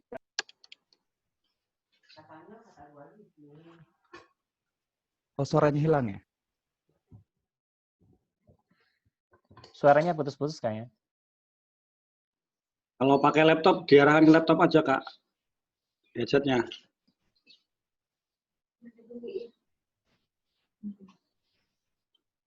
KLB. Iya. Kalau pakai Monitor laptop, pakai audiens laptopnya. benar, lebih jelas. Nah, Dari ini. pertanyaan Kak Arif, Ya. pertanyaannya Kak Arif, bagaimana mensiasati dengan teknik pembayaran, Kak? Karena selama ini biasanya pengusaha atau pemodal atau teman-teman yang berusaha ini biasanya di tingkat seller atau reseller atau end user itu minta dicicil. Nah, ada nggak mekanisme? Ada nggak kira-kira mekanisme? Nah, ini mungkin kurang lebih pertanyaan seperti itu. Silakan nggak? Baik. Pada intinya begini, tadi ada beberapa pertanyaan bertumpuk. Dari mulai persoalan pertarungan brand misalkan. Jadi sebetulnya di bisnis apapun sekarang itu tidak ada lagi istilah brand lama, brand baru. Situasi ketika media massa itu menguasai setiap orang punya akses terhadap media, itu nggak bisa lagi brand itu dikuatkan, dilemahkan. Itu orang bisa naik secepat-cepatnya, bisa turun secepat-cepatnya, itu bisa kapan saja. Jadi kalau misalkan tadi Kang Yusuf tanya, apa bisa nih kita orang baru datang, brand baru, kemudian memenangkan pertarungan? Bisa-bisa saja. Sekarang itu orang punya kekuasaan apapun. Sekarang begini saja logikanya, sederhananya. Kita lihat itu, TV-TV nasional itu, acaranya, sumbernya itu dari TikTok, dari YouTube, dari media yang ada di internet. Jadi sebetulnya merek kita mau terkenal, mau nggak terkenal itu kekuatan ada di tangan kita itu sekarang itu. Jadi sebetulnya semua orang bisa masuk ke pasar dengan sebebas-bebasnya, memenangkan pertarungan sebebas-bebasnya asal mau saja.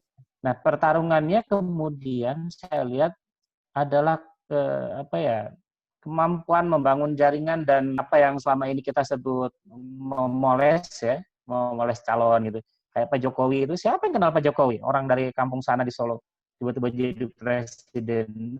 Kan gara-gara olesan media saja, semua orang bisa masuk. Jadi Kang Yusuf itu bukan masalah.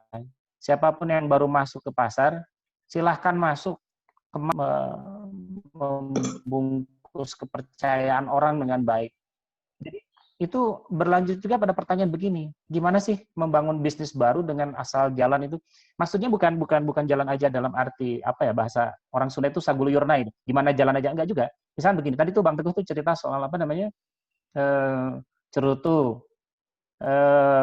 Kang Agung cerita soal letak-letak dan seterusnya.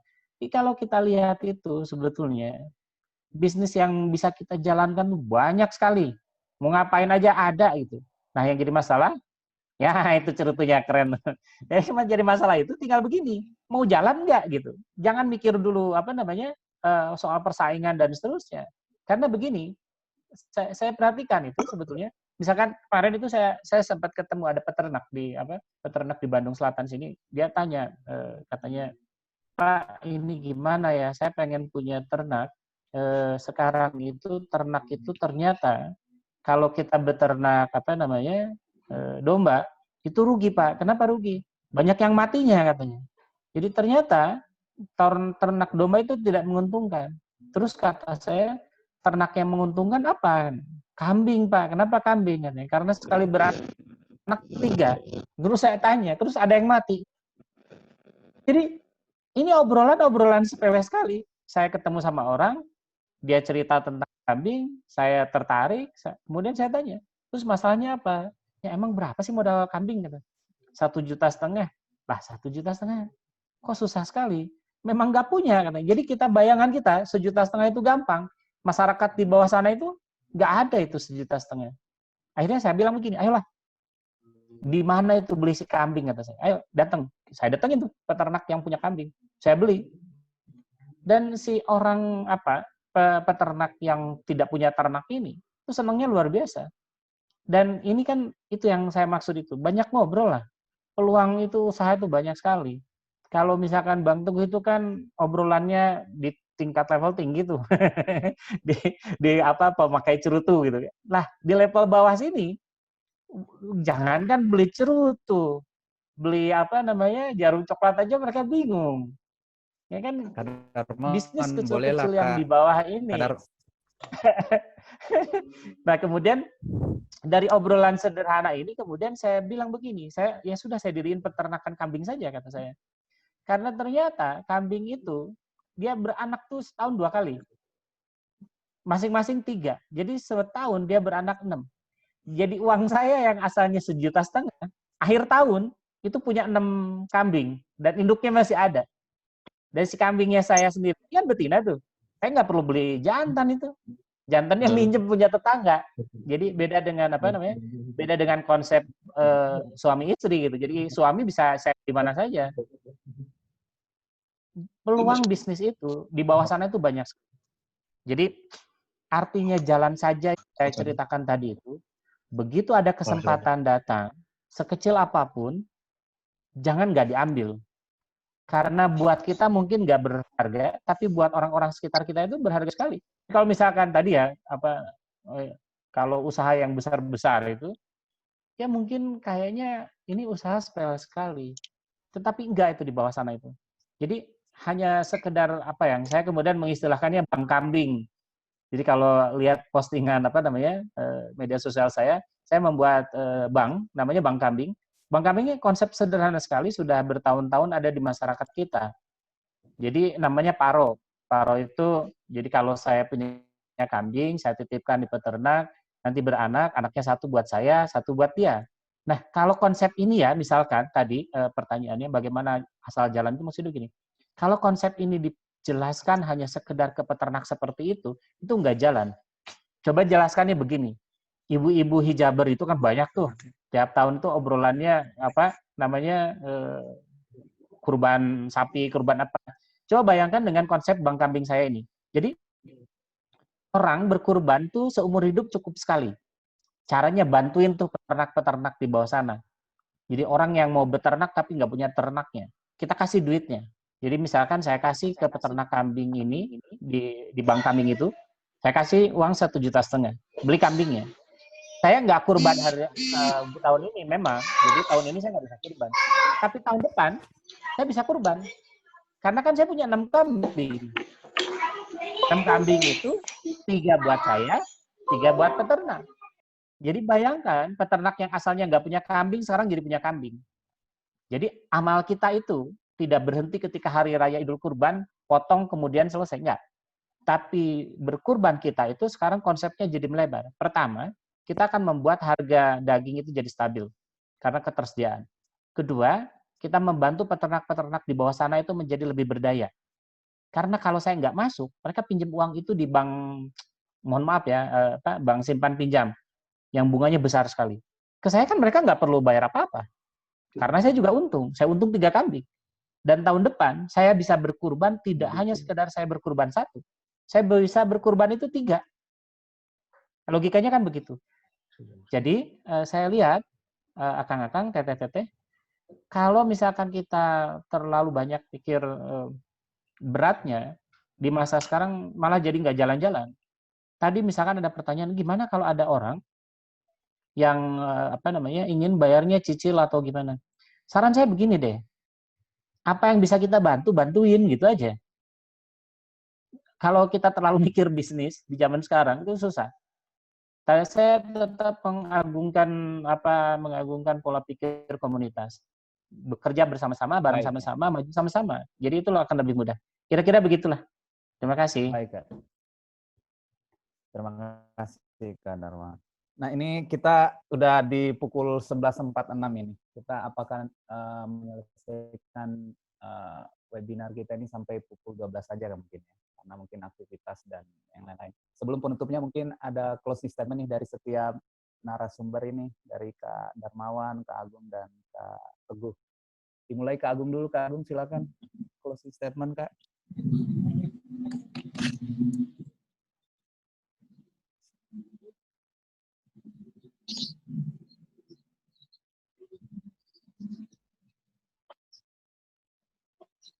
Kak Agung, monitor.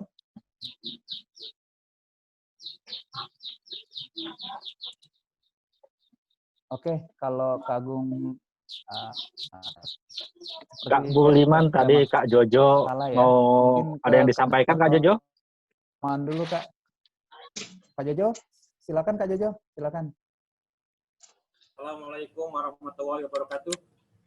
Salam warahmatullahi wabarakatuh.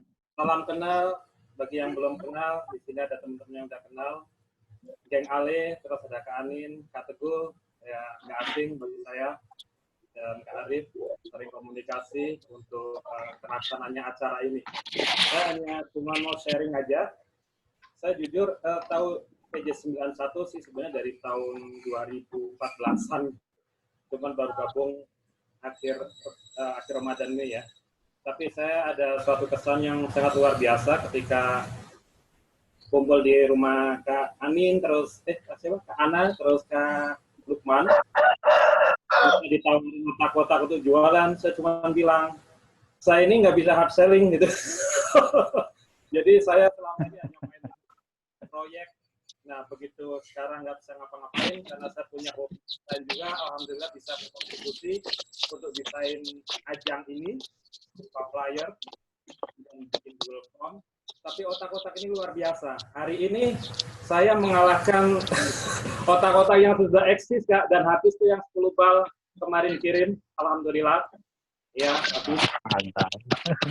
Makanya nanti ya, hari ketiga. Nah, hari ini store yang kemarin kasih sampel 2 bal itu minta nambah ini. Jadi saya konsepnya gini, benar kata yang dikatakan Kak Darmawan ya. Saya tipikal orang yang nggak banyak pikir. Tipikal orang, saya akan jadi dan pasti akan sampai ke sana dan saya berbuat gitu. Ketika Kak Lukman ngasih 2 bal itu, ya udah saya nggak banyak pikir, saya nggak bisa jualan, tapi saya punya banyak kenalan. Kebetulan saya banyak ikut komunitas dan saya di komunitas yang memang benar-benar relawan. Di turun tangan saya relawan benar-benar. Kak Teguh mungkin tahu turun tangan juga gitu. Nah itu saya pakai jalur mak-mak aja. Gua ada barang nih. Nah, yang penting harga setor ke Kak Lukman saya segini gitu kan. Jadi saya kasih harga nggak usah banyak-banyak gitu. Tapi ya sampai maksimal juga ada kayak di pasar minggu dipasarin sampai 25 per kilonya, alhamdulillah gitu. Jadi saya ada margin banyak. Emak-emak saya kasih aja tuh barang. Paginya setoran gitu. Aku nggak tahu gitu. Saya nggak pintar ngomong masalah dagang itu, tapi kekuatan power of emak-emak itu memang luar biasa. Jadi sih kalau saya sendiri berdasarkan pengalaman, apapun bisa dilakukan. Pertama adalah kita bikin network, ikut aja komunitas yang kita suka gitu. Mungkin kita suka ngajar, dengan ngajar kasih aja gratis, tapi kita nanti ngambil yang lainnya gitu. Saya selama 2,5 tahun ini di turun tangan melakukan seperti itu, hobi saya ngajar, tapi di turun tangan sebisa jadi pengurus gitu. Saya ada PJ, itu aja. Tahu-tahu dicemplungin di tim kreasi tanpa SK nggak apa-apa, tapi saya yang penting bisa punya kenalan banyak teman-teman. Setidaknya kalau saya ke Jawa Timur ada yang gelar karpet lah, kemanapun ada yang itu ya gini. Jadi network itu penting. Kemudian paling penting itu jangan banyak berpikir, udah berbuat aja. Nanti kalau kita kejedot, kita juga akan nyari jalan keluarnya kok. Saya ketika dikasih 2 bal itu saya juga gimana jualannya gini. Saya ngerti jualan kayak gini, apalagi makanan, gue taunya makan doang gitu kan. Kalau gitu masalah kan teman gue banyak ya. Jadi saya lakukan di ring satu ini saat ini. Udahlah, kemarin ke Tangerang, kumpul SMA, bidik tuh mak-maknya. Kebetulan ya, kalau mama cepat akrab nggak tahu, tapi kalau sama cowok ya sekedar cepat gitu banyak ngomongnya. Kita taruh barang yang di Tangerang habis. Baik. Baik Kak Jojo, terima kasih. Lagi ya, terima kasih itu aja sih sekedar sharing. Sorry memperpanjang waktu. Terima kasih ya. Kalau luar biasa dan Kak. Nah ini nanti sayurnya saya jualin deh. Nah, ini mungkin contoh testing. Nah, ini mungkin kakak-kakak semua ini mungkin contoh sama-sama Kak, contoh-contoh testimoni dari teman-teman ya. Sebenarnya betapa kuatnya kita sebenarnya kita bersatu ya. Nah, mungkin Kak Arif kita balik ke ini karena waktu ya. Nanti pembicara juga punya kegiatan lain, mungkin kita dengar closing statement dari tiap-tiap pembicara. Jadi mulai dari Kak Darmawan dulu deh, karena Agung tadi sudah di... Betul, silakan Kak Darmawan, kemudian silakan, Kak. Nanti disambung Kak Agung dan Kak Teguh sebagai closingnya. Ya.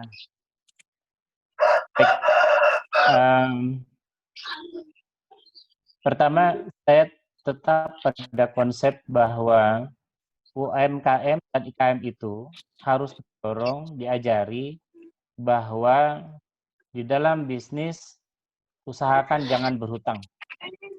Itu saya ajarkan di semua kelas-kelas saya. Jangan berhutang, apapun alasannya, sesulit apapun. Nabi kita, Nabi Muhammad, kemudian Sayyidina Umar mewanti-wanti kita, jangan berhutang. Jadi tolong disampaikan pada UMKM-IKM di sekitar kita, gerakan komunitas untuk saling bantu. Tadi seperti tadi, ambil barang dari punya orang, kita jualkan. Tidak ada sistem hutang-menghutangkan. Kalau misalkan ada orang yang datang berhutang pada kita, modali tanpa pemikiran berhutang, ya bisa disebut dengan menyertakan modal lah atau apalah istilahnya. Jadi teman-teman PJ sekalian, saya berharap komunitas kita itu menjadi komunitas yang menjadi langkah awal bagaimana caranya membuat teman-teman kita lebih berdaya, terutama buatlah kondisi sekarang itu menjadi langkah awal biar kita tidak berhutang. Itu pokok penting dari saya. Terima kasih. Baik, terima kasih Pak Darmawan. Silakan Kak Agung mungkin. Kak Agung. Oke. Terima kasih Kang Arif. Pada prinsipnya yuk kita sama-sama di PJ 91, bukan kerangka kita memanfaatkan untuk mengambil keuntungan secara pribadi, tapi ya kita sama-sama pikirkan bagaimana kita berkomunitas itu, ya kita bersinergi lah, khususnya kaitannya dengan ekonomi, membantu saudara-saudara kita, kawan-kawan kita khususnya, dalam rangka punya peluang untuk menambah pendapatan. Ya apapun itu sebenarnya, jadi tidak hanya sekedar otak-otak, tidak hanya sekedar hidroponik ya. Ya perlu kreativitas ya, apalagi masing-masing daerah ya pasti akan sangat luar biasa kalau itu dikondisikan dalam satu area komunitas yang ada di Sumatera Barat terutama, pasti adalah produk-produk yang bisa kita sinergikan lah, ya kan. Kita mulai Jawa Barat juga punya potensi ya, Jawa Tengah, Jawa Timur ya kan. Kalaupun ini hanya menjadi inspirasi ya setidaknya ini aja wacana dari PJ 91 khususnya secara nasional, dan nanti bisa digodok juga oleh masing-masing Pemda khususnya di Litbang. Ya nanti tinggal kita sinergikan gitu loh secara nasional. Produk apa yang mungkin bisa kita kondisikan secara nasional itu mungkin ya. Karena kebetulan PJ 91 juga menginisiasi dengan aplikasi semacam e-commerce yang mungkin sifatnya juga nasional dan sudah sekarang lagi dalam proses seperti kayak Tokopedia seperti itu ya. Dan PJ 91 juga menginisiasi kaitannya dengan penjualan produk UKM untuk dipasarkan di luar negeri. Dan itu juga kita godok bekerja sama dengan tadi seperti NOC, ya, bekerja dengan vendor-vendor yang mungkin suatu ketika kita tidak berjalan sendiri-sendiri gitu ya. Yang penting terfasilitasi lah. Karena PJ 91 juga punya peluang yang bagus ya. Ya minta dukungannya untuk semuanya. Itu saja Kang Arif. Ya. Baik. Terima kasih. Kang Teguh, Mas Teguh sedikit mungkin bisa menutup di kata closing ini. Ya, saya nambahkan sedikit. Jadi tadi Kak Darmawan dan Kak Agung sudah menyampaikan hal yang baik sekali. Dan ada satu kondisi yang bisa kita gunakan sebagai faktor yang kondisi itu adalah perekonomian Indonesia ini tidak begitu tergantung pada perdagangan di luar negeri, ya. Kita tidak seperti Korea Selatan dihasilkan oleh perdagangan luar negeri dan seterusnya, sehingga ketika dunia berproduksi mereka kerepotan. Nah, kalau Indonesia ini presentasi dari perdagangan luar negeri itu ya barangkali 20 paling top ya, 20% gitu. Artinya apa? Artinya PDB kita ya memang dibangun oleh usaha ekonomi yang dihasilkan oleh masyarakatnya yang kreatif-kreatif tadi. Jadi saya hanya ingin menambahkan hal itu sebagai apa namanya, sebagai hal yang mengingatkan kita semua bahwa kita berpeluang besar untuk cepat bangkit dengan cara ala Indonesia ini, cara ala Indonesia ini. Saya kira begitu, dan PJ 91 ini adalah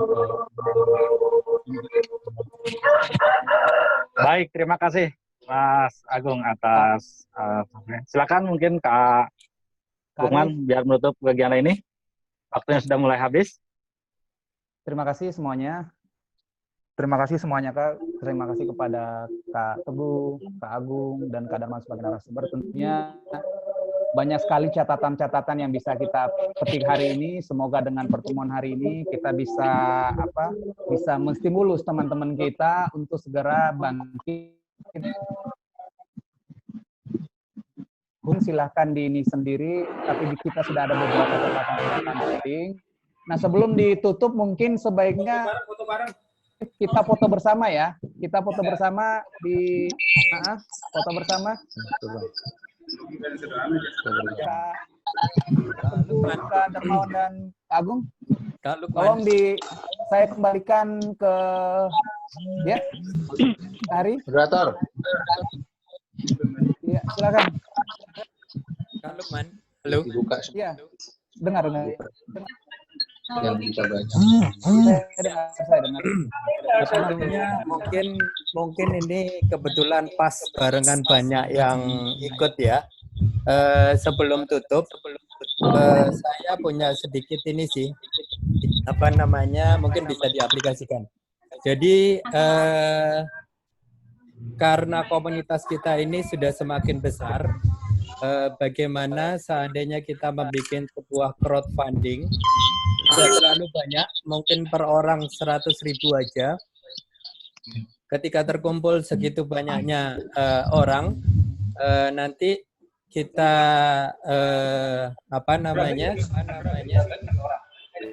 dimodalkan,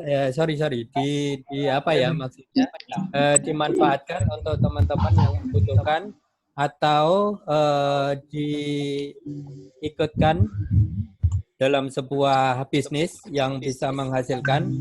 Jadi nantinya akan bermanfaat buat semua. Begitu sih. Sekedar usul aja, mungkin mumpung banyak orang. Ya, ini nanti kita akan tampung Kak. Kebetulan di sini hadir ketua umum, hadir pengurus, dan hari teman-teman daerah juga hadir. Kak Hari sendiri pengurus Jawa Tengah. Mungkin kita bicarakan di tempat lain ya. Saya tutup ya dulu. Nanti setelah acara ini boleh berlanjut, monggo silakan.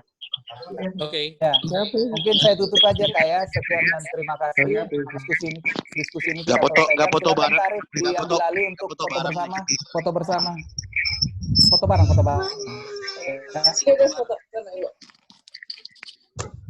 Oke, 1, Arif, silakan diarahkan.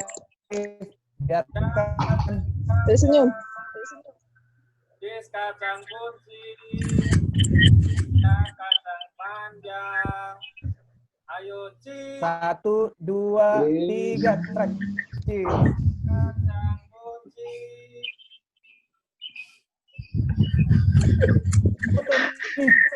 Yang moto siapa nih? Yang moto siapa? Nggak tahu siapa yang foto. Saya yang foto. Ketum yang foto, Ketum. Ketum udah paling gaya tuh pakai kopiah. Rekan-rekan sekalian. Assalamualaikum warahmatullahi wabarakatuh. Assalamualaikum warahmatullahi wabarakatuh. Terima kasih pada rekan-rekan semuanya dalam kegiatan hari ini. Semoga menjadi bermanfaat buat kita semua. Silakan.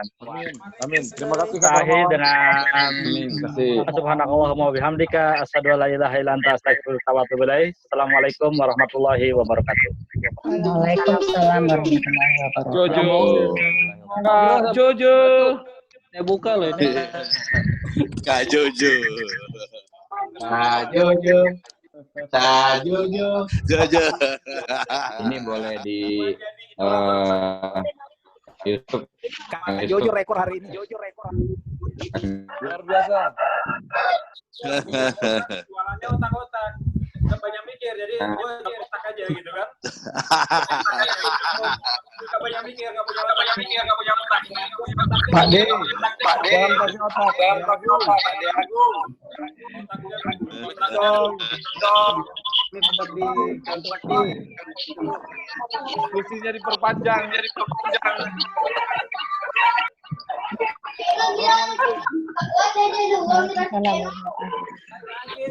Ya, mama mana enggak?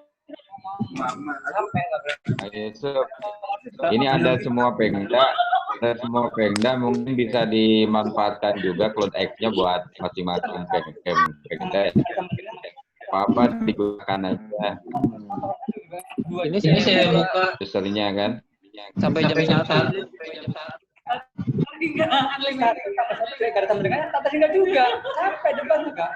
Kan nanti buat momen lain gitu. Kalau misalkan mereka ada acara diskusi masing-masing. Oh iya Pak. Nanti juga saya pasti akan pakai untuk Jawa Barat. Silakan pokoknya Cloud X dipakai lah. Kalau sudah nyaman kayak gini nanti bakal ketagihan kita pengen ngobrol terus kayak gini soalnya. Betul. Kak, bisa Kak. Setuju. Yang jelas ini usernya spesial buat PJ91 lah. Saya udah siapkan. Ya. Semoga teman-teman nyaman menggunakan ini Cloud X ini. Sangat gampang akses. Makasih semuanya. Sampai ketemu di lain kesempatan. Assalamualaikum. Ya, nuhun Kang Pri. Saya juga pamit ya. Mau salat dulu. Terima kasih semuanya. Assalamualaikum. Dadah.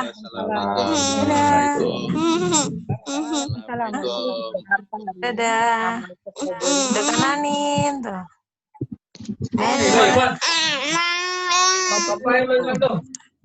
Dewi dadah tuh. Ente basket apa Bu ya? Kan Bu. Kaula. Ente Bu. Ya. Kan Bu. Ya. Tuh Tante Wati tuh. Kawati, hai dadah. Tuh mana? Lepas sekarang. Ya. Baru jumpa ya. Sekolah ya. Pakai double wrap enggak?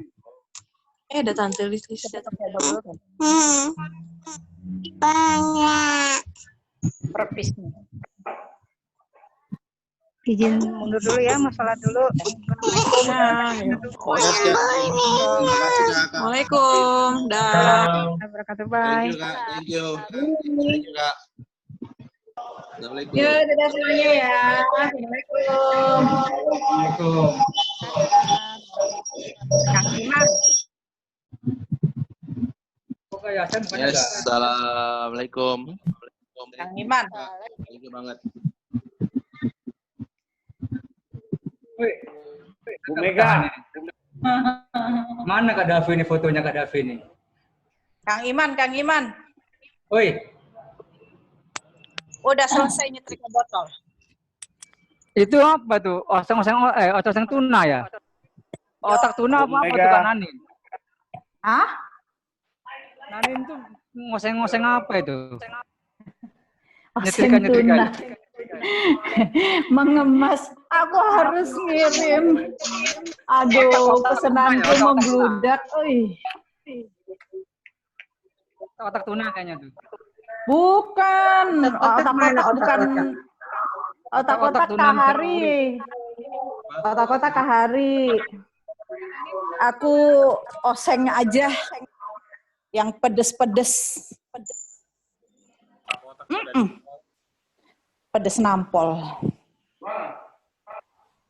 Kak Nanin ditunggu tuh. Kak Triana, Kak Ana mau datang katanya. Iya. Kak, Tak tunggu di rumah. Thank you Kakak. Kak Nanin. Jangan lupa tuh kirim buat oseng tunanya dikirim. Kak Nanin, oseng tunanya dikirim ke ini ke kantor Transjakarta Kak. Minta tolong.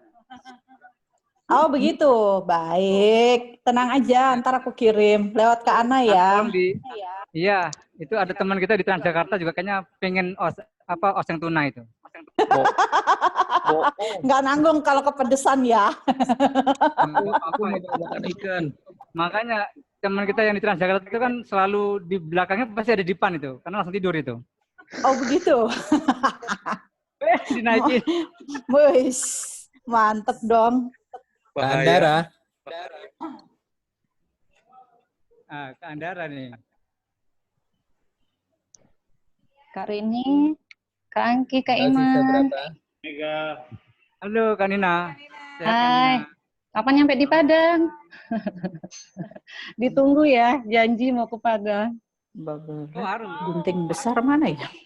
Aku udah nyampe kok ke Padang. Di Riau. Kak Andara. Jauh. Kak Nina, aku ke Padang dijemput ya. Siap. Siap. Asik. Padang jadi Padang. Sama kapalnya Siti Nurbaya. Semua dijemput. Ya, antar ke Siti Nurbaya nanti. Ke Gunung Padang juga. Januari ya. Insya Allah. Januari tahun depan dong. Iya, tapi kalau secepatnya juga nggak apa-apa. Tapi pesawatnya belum ada sekarang. Sama, ke Sorong juga nggak ada pesawat. Pusing. Pesawatnya Saudara, cuma Kak Nanim, yang saudara. direct buat hari aja Kak Nina. Ya? Yang direct cuma 2 hari aja. Plaza sama apa ya? Sekarang nggak ada juga. Iya, jarang baru cuman Garuda ya. Ke Sorong itu bisa landing, tapi penumpang nggak bisa turun. Loh, Nggak boleh jadi turun. gimana? Terjun bebas. Mandar di udara aja ya? Enggak, bisa landing, tapi penumpang yang boleh turun hanya yang ber-KTP Sorong. Oh, percuma Saya juga. KTP-nya sudah pindah ke Sidoarjo, ya nggak bisa turun dah. Pakai KTA PJ aja mana ini. Oh gitu ya. PJ berlaku ya? Buat naik pesawat. Mantep ya. Keren banget. Wih. Bayar. Ada yang mau dibahas lagi ini? Mungkin tinggal sedikit. Nggak ada. Bangga. Nggak ada lagi, tapi mau absen siapa yang mau ke Padang? Enggak, itu tadi mungkin Kak Yusuf ada berapa ini yang ini. Jadi kepingin saya tadi begini. Konsepnya itu bukan apa ya?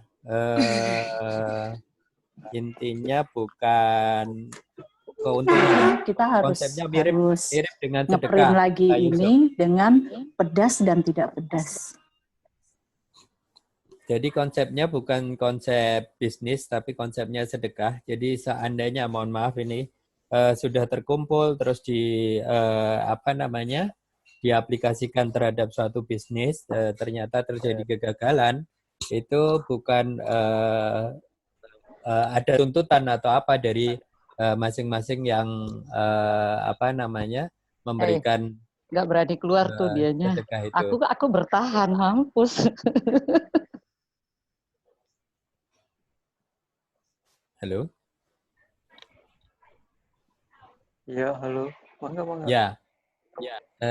Jadi misalkan ini per orang 100.000, Konda Jawa Timur ada 300 orang, 100.000 kali 300 orang, terkumpul sekian, dari Konda yang lain terkumpul sekian. Jadi seluruh PJ di nasional terkumpul berapa? Setelah terkumpul, itu dimasukkan dalam satu bisnis. Jadi mungkin bisnis dari teman-teman PJ sendiri, atau bisnis yang sudah existing di luar, yang ada crowdfunding begitu. Tapi sebenarnya dari sini bisa kalau misalkan untung itu sistem bagi hasilnya berdasarkan berapa yang dia masukkan begitu. Kalau mau secara menghitung secara bisnis, tapi kalau memang di hasilnya akan dimanfaatkan untuk kepentingan umum atau yang lain, itu monggo juga gitu. Kalau kemarin sih saya punya ide ini dari tahun 2013. Boleh nambahin Tum, dikit Tum, jawab Kak Hari. Kak Hari? Mandi belum? Udah gue. Videonya mana videonya? Jadi begini, Kak Hari, sebetulnya konsep awalnya kita mendirikan organisasi ini itu ada namanya iuran pokok, iuran wajib, dan iuran sukarela. Sama dengan kita membentuk usaha seperti koperasi atau apalah gitu, atau usaha dagang atau apa. Cuma masalahnya adalah ketika kita mencoba untuk menerapkan itu, banyak daerah keberatan. Ini kita nggak bicara secara representasi daerah ya, orang-orang yang dari daerah berkeberatan untuk melakukan ini. Gitu. Ide Kak Hari itu bagus sekali, tapi alangkah lebih bagus lagi kalau ide tersebut diimplementasikan menjadi iuran yang sifatnya rutin, gitu. Sehingga jumlahnya bukan hanya sekedar dalam sekali kumpul nilainya sekian lantas itu, tapi jadi